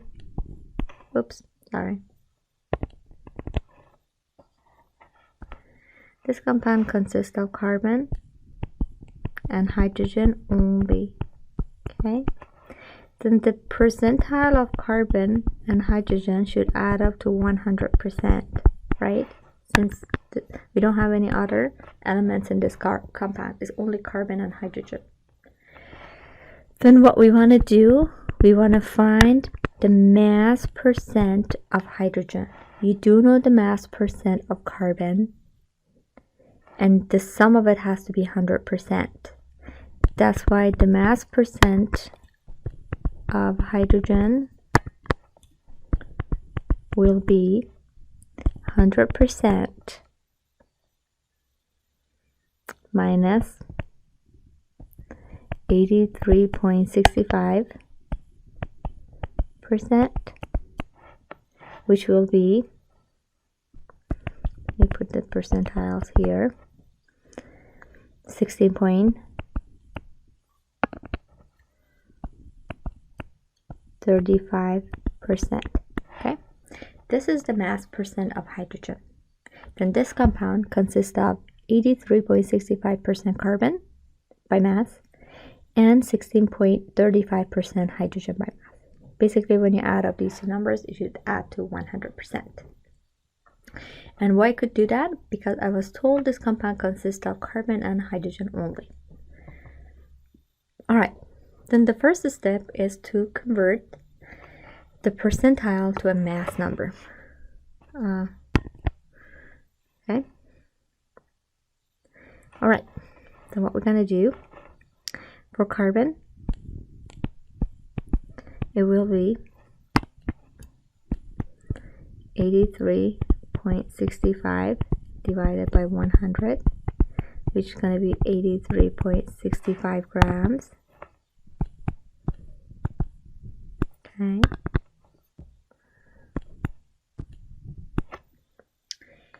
And for hydrogen is the same thing.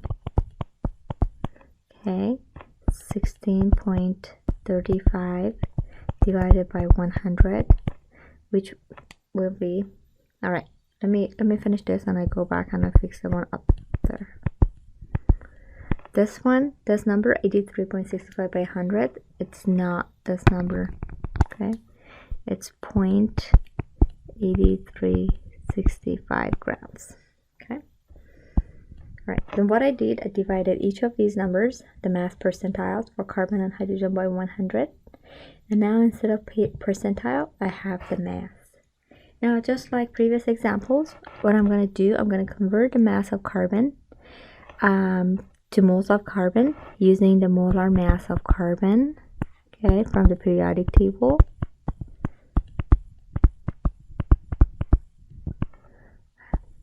Which will be 0.069644 mole. And I'm going to do the same thing with hydrogen. Convert the mass of hydrogen to the moles of hydrogen using molar mass of hydrogen.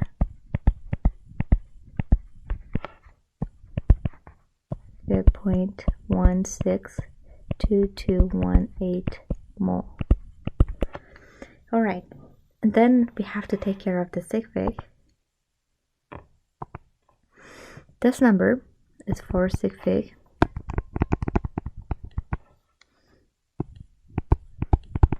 Okay, that number is 5 sig fig. That's why your answer has to be 1, 2, 3, 4. And let's do it for hydrogen. This number is 4 sig fig. That number is 3, 4, 5 sig fig. That's why your answer has to be 4. Okay. All right. Now what we're going to do, we're going to divide it by the smallest value of the number of moles. Then between carbon and hydrogen,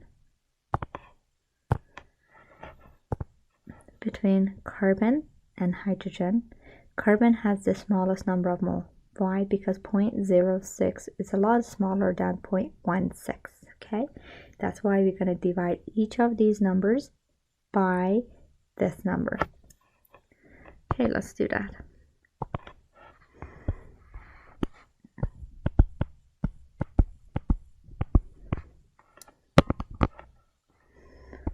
Nine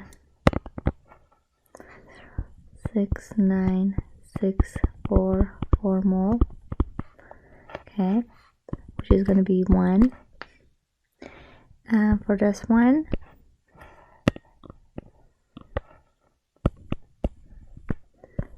point 0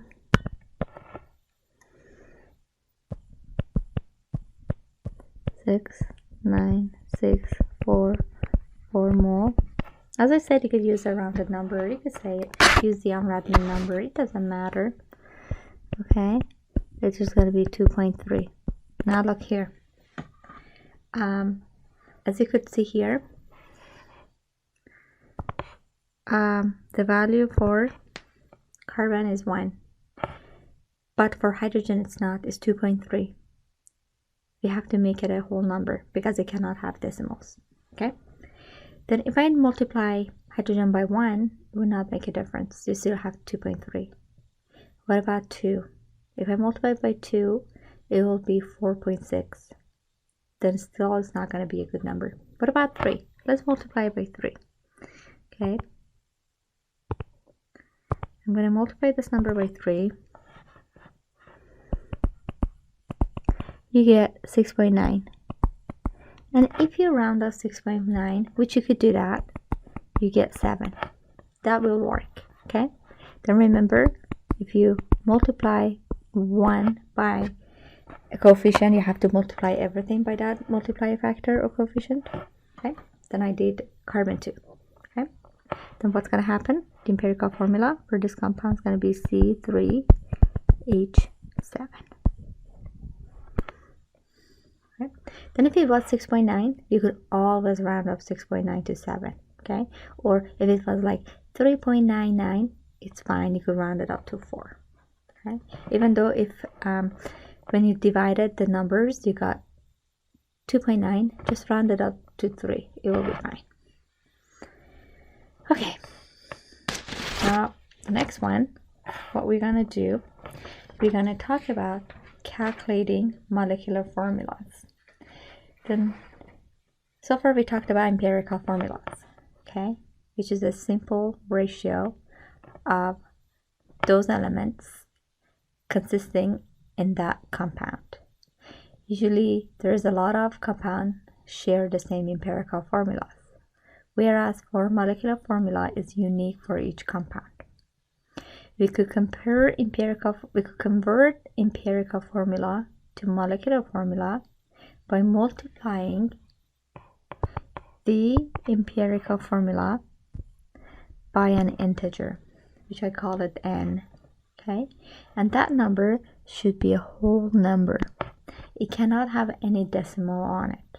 Okay, for example, could be 1, 2, 3, 4, 5, etc.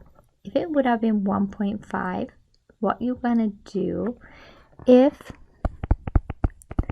n was 1.5, then the first thing that you want to do, you want to multiply it by a multiplier by the smallest, because 1 doesn't do anything, 2, to make it a whole number, and then use this whole number. Okay,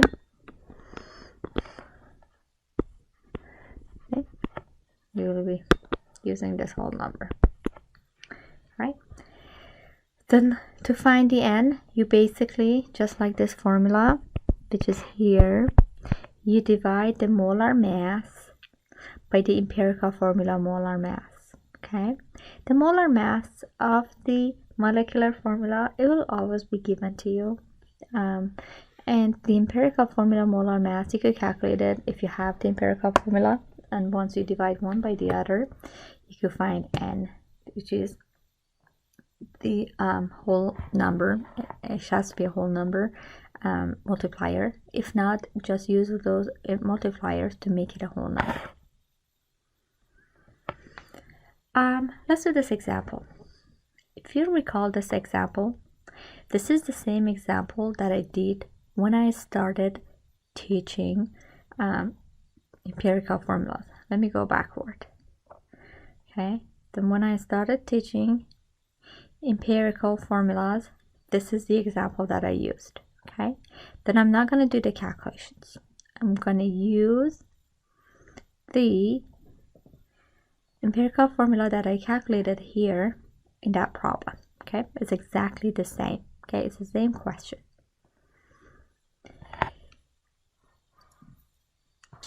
Then as you could see here, you need to find the molecular formula.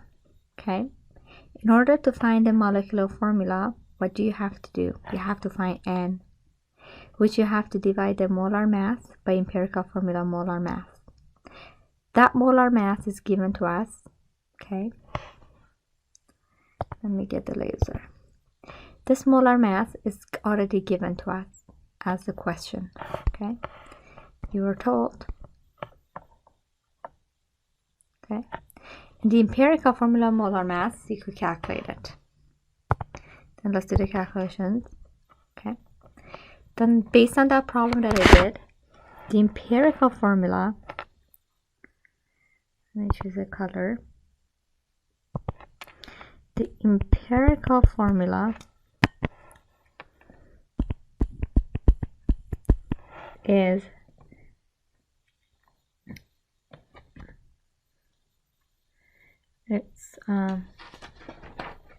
okay, C3 H5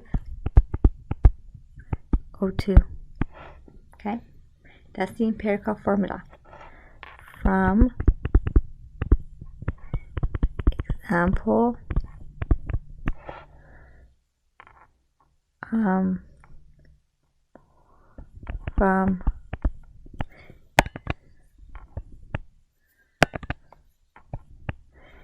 empirical formula lecture.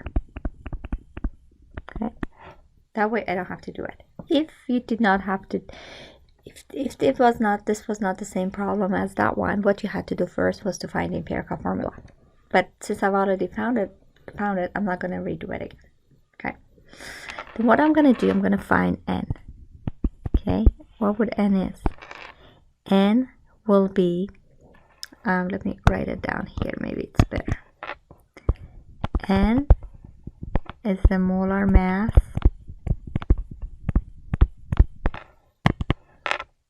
divided by empirical formula molar mass.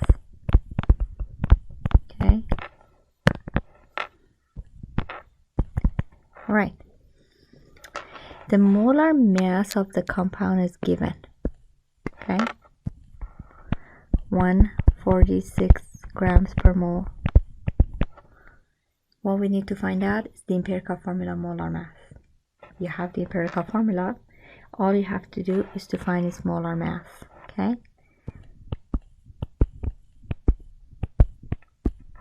which consists of 3 carbon, 5 hydrogen, plus 2 oxygen. This is 3 times 12.011. That's the molecular weight of carbon, plus 5 hydrogen. Ooh.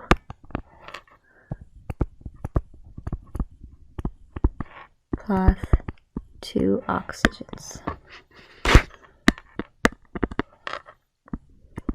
which is 15.9994 gram per mole. Okay, Then if you do the math,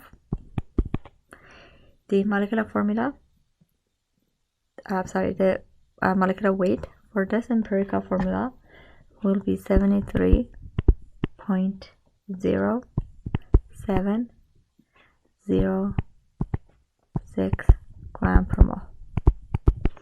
Okay, then we're going to put this number down here.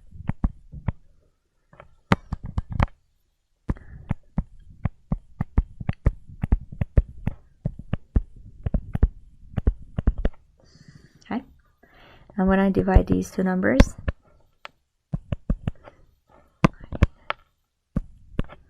okay, I will get number 2. Then the integer is 2.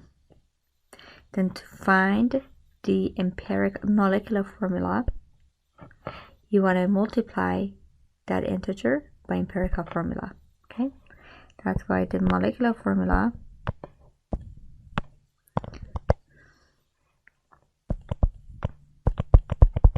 is going to be 2 times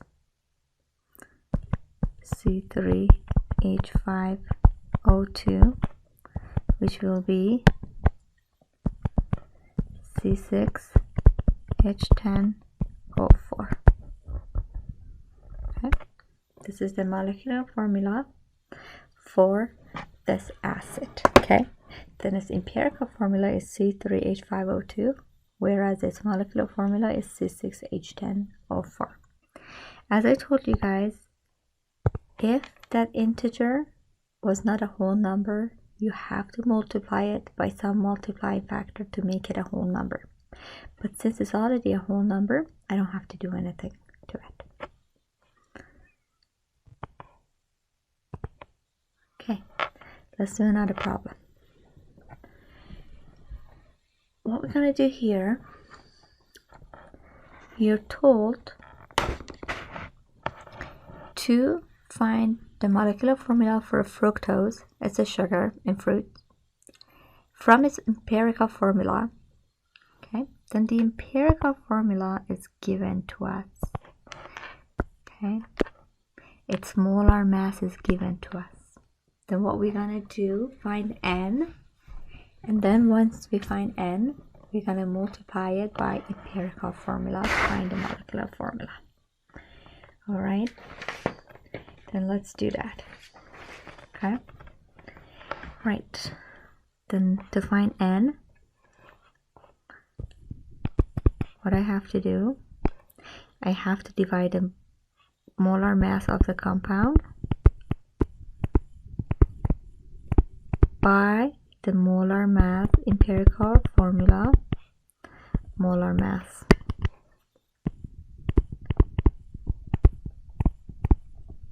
Okay, then the molar mass of the actual compound given. Now let's find the the molar mass of the empirical formula. The empirical formula is CH2. Empirical formula is CH2 oxygen. Okay, therefore consists of 1 carbon, 2 hydrogen, and 1 oxygen. Then find the molecular weight of carbon, hydrogen, oxygen from your periodic table. Then for carbon is 1 times 12.011.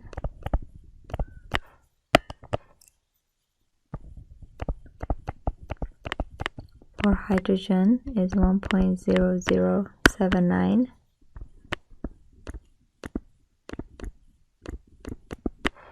And for oxygen is 15.9994 gram per mole. Okay, then when you do the math, that number will be, when we add and multiply, will be 30.031 gram per mole. This number will be the molecular weight for the empirical formula, which we're gonna plug it in here.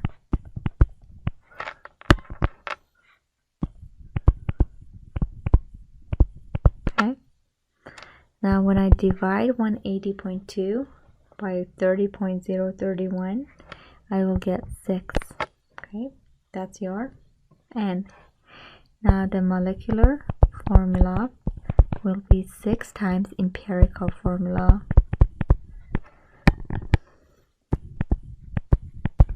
which is C6H12O6.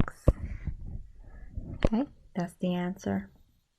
Okay, this is the molecular formula for the empirical for a compound with the empirical formula of CH2O.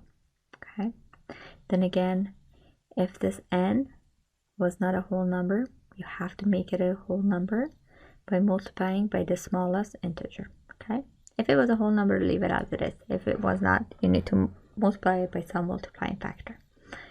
All right, this is the end of chapter 6.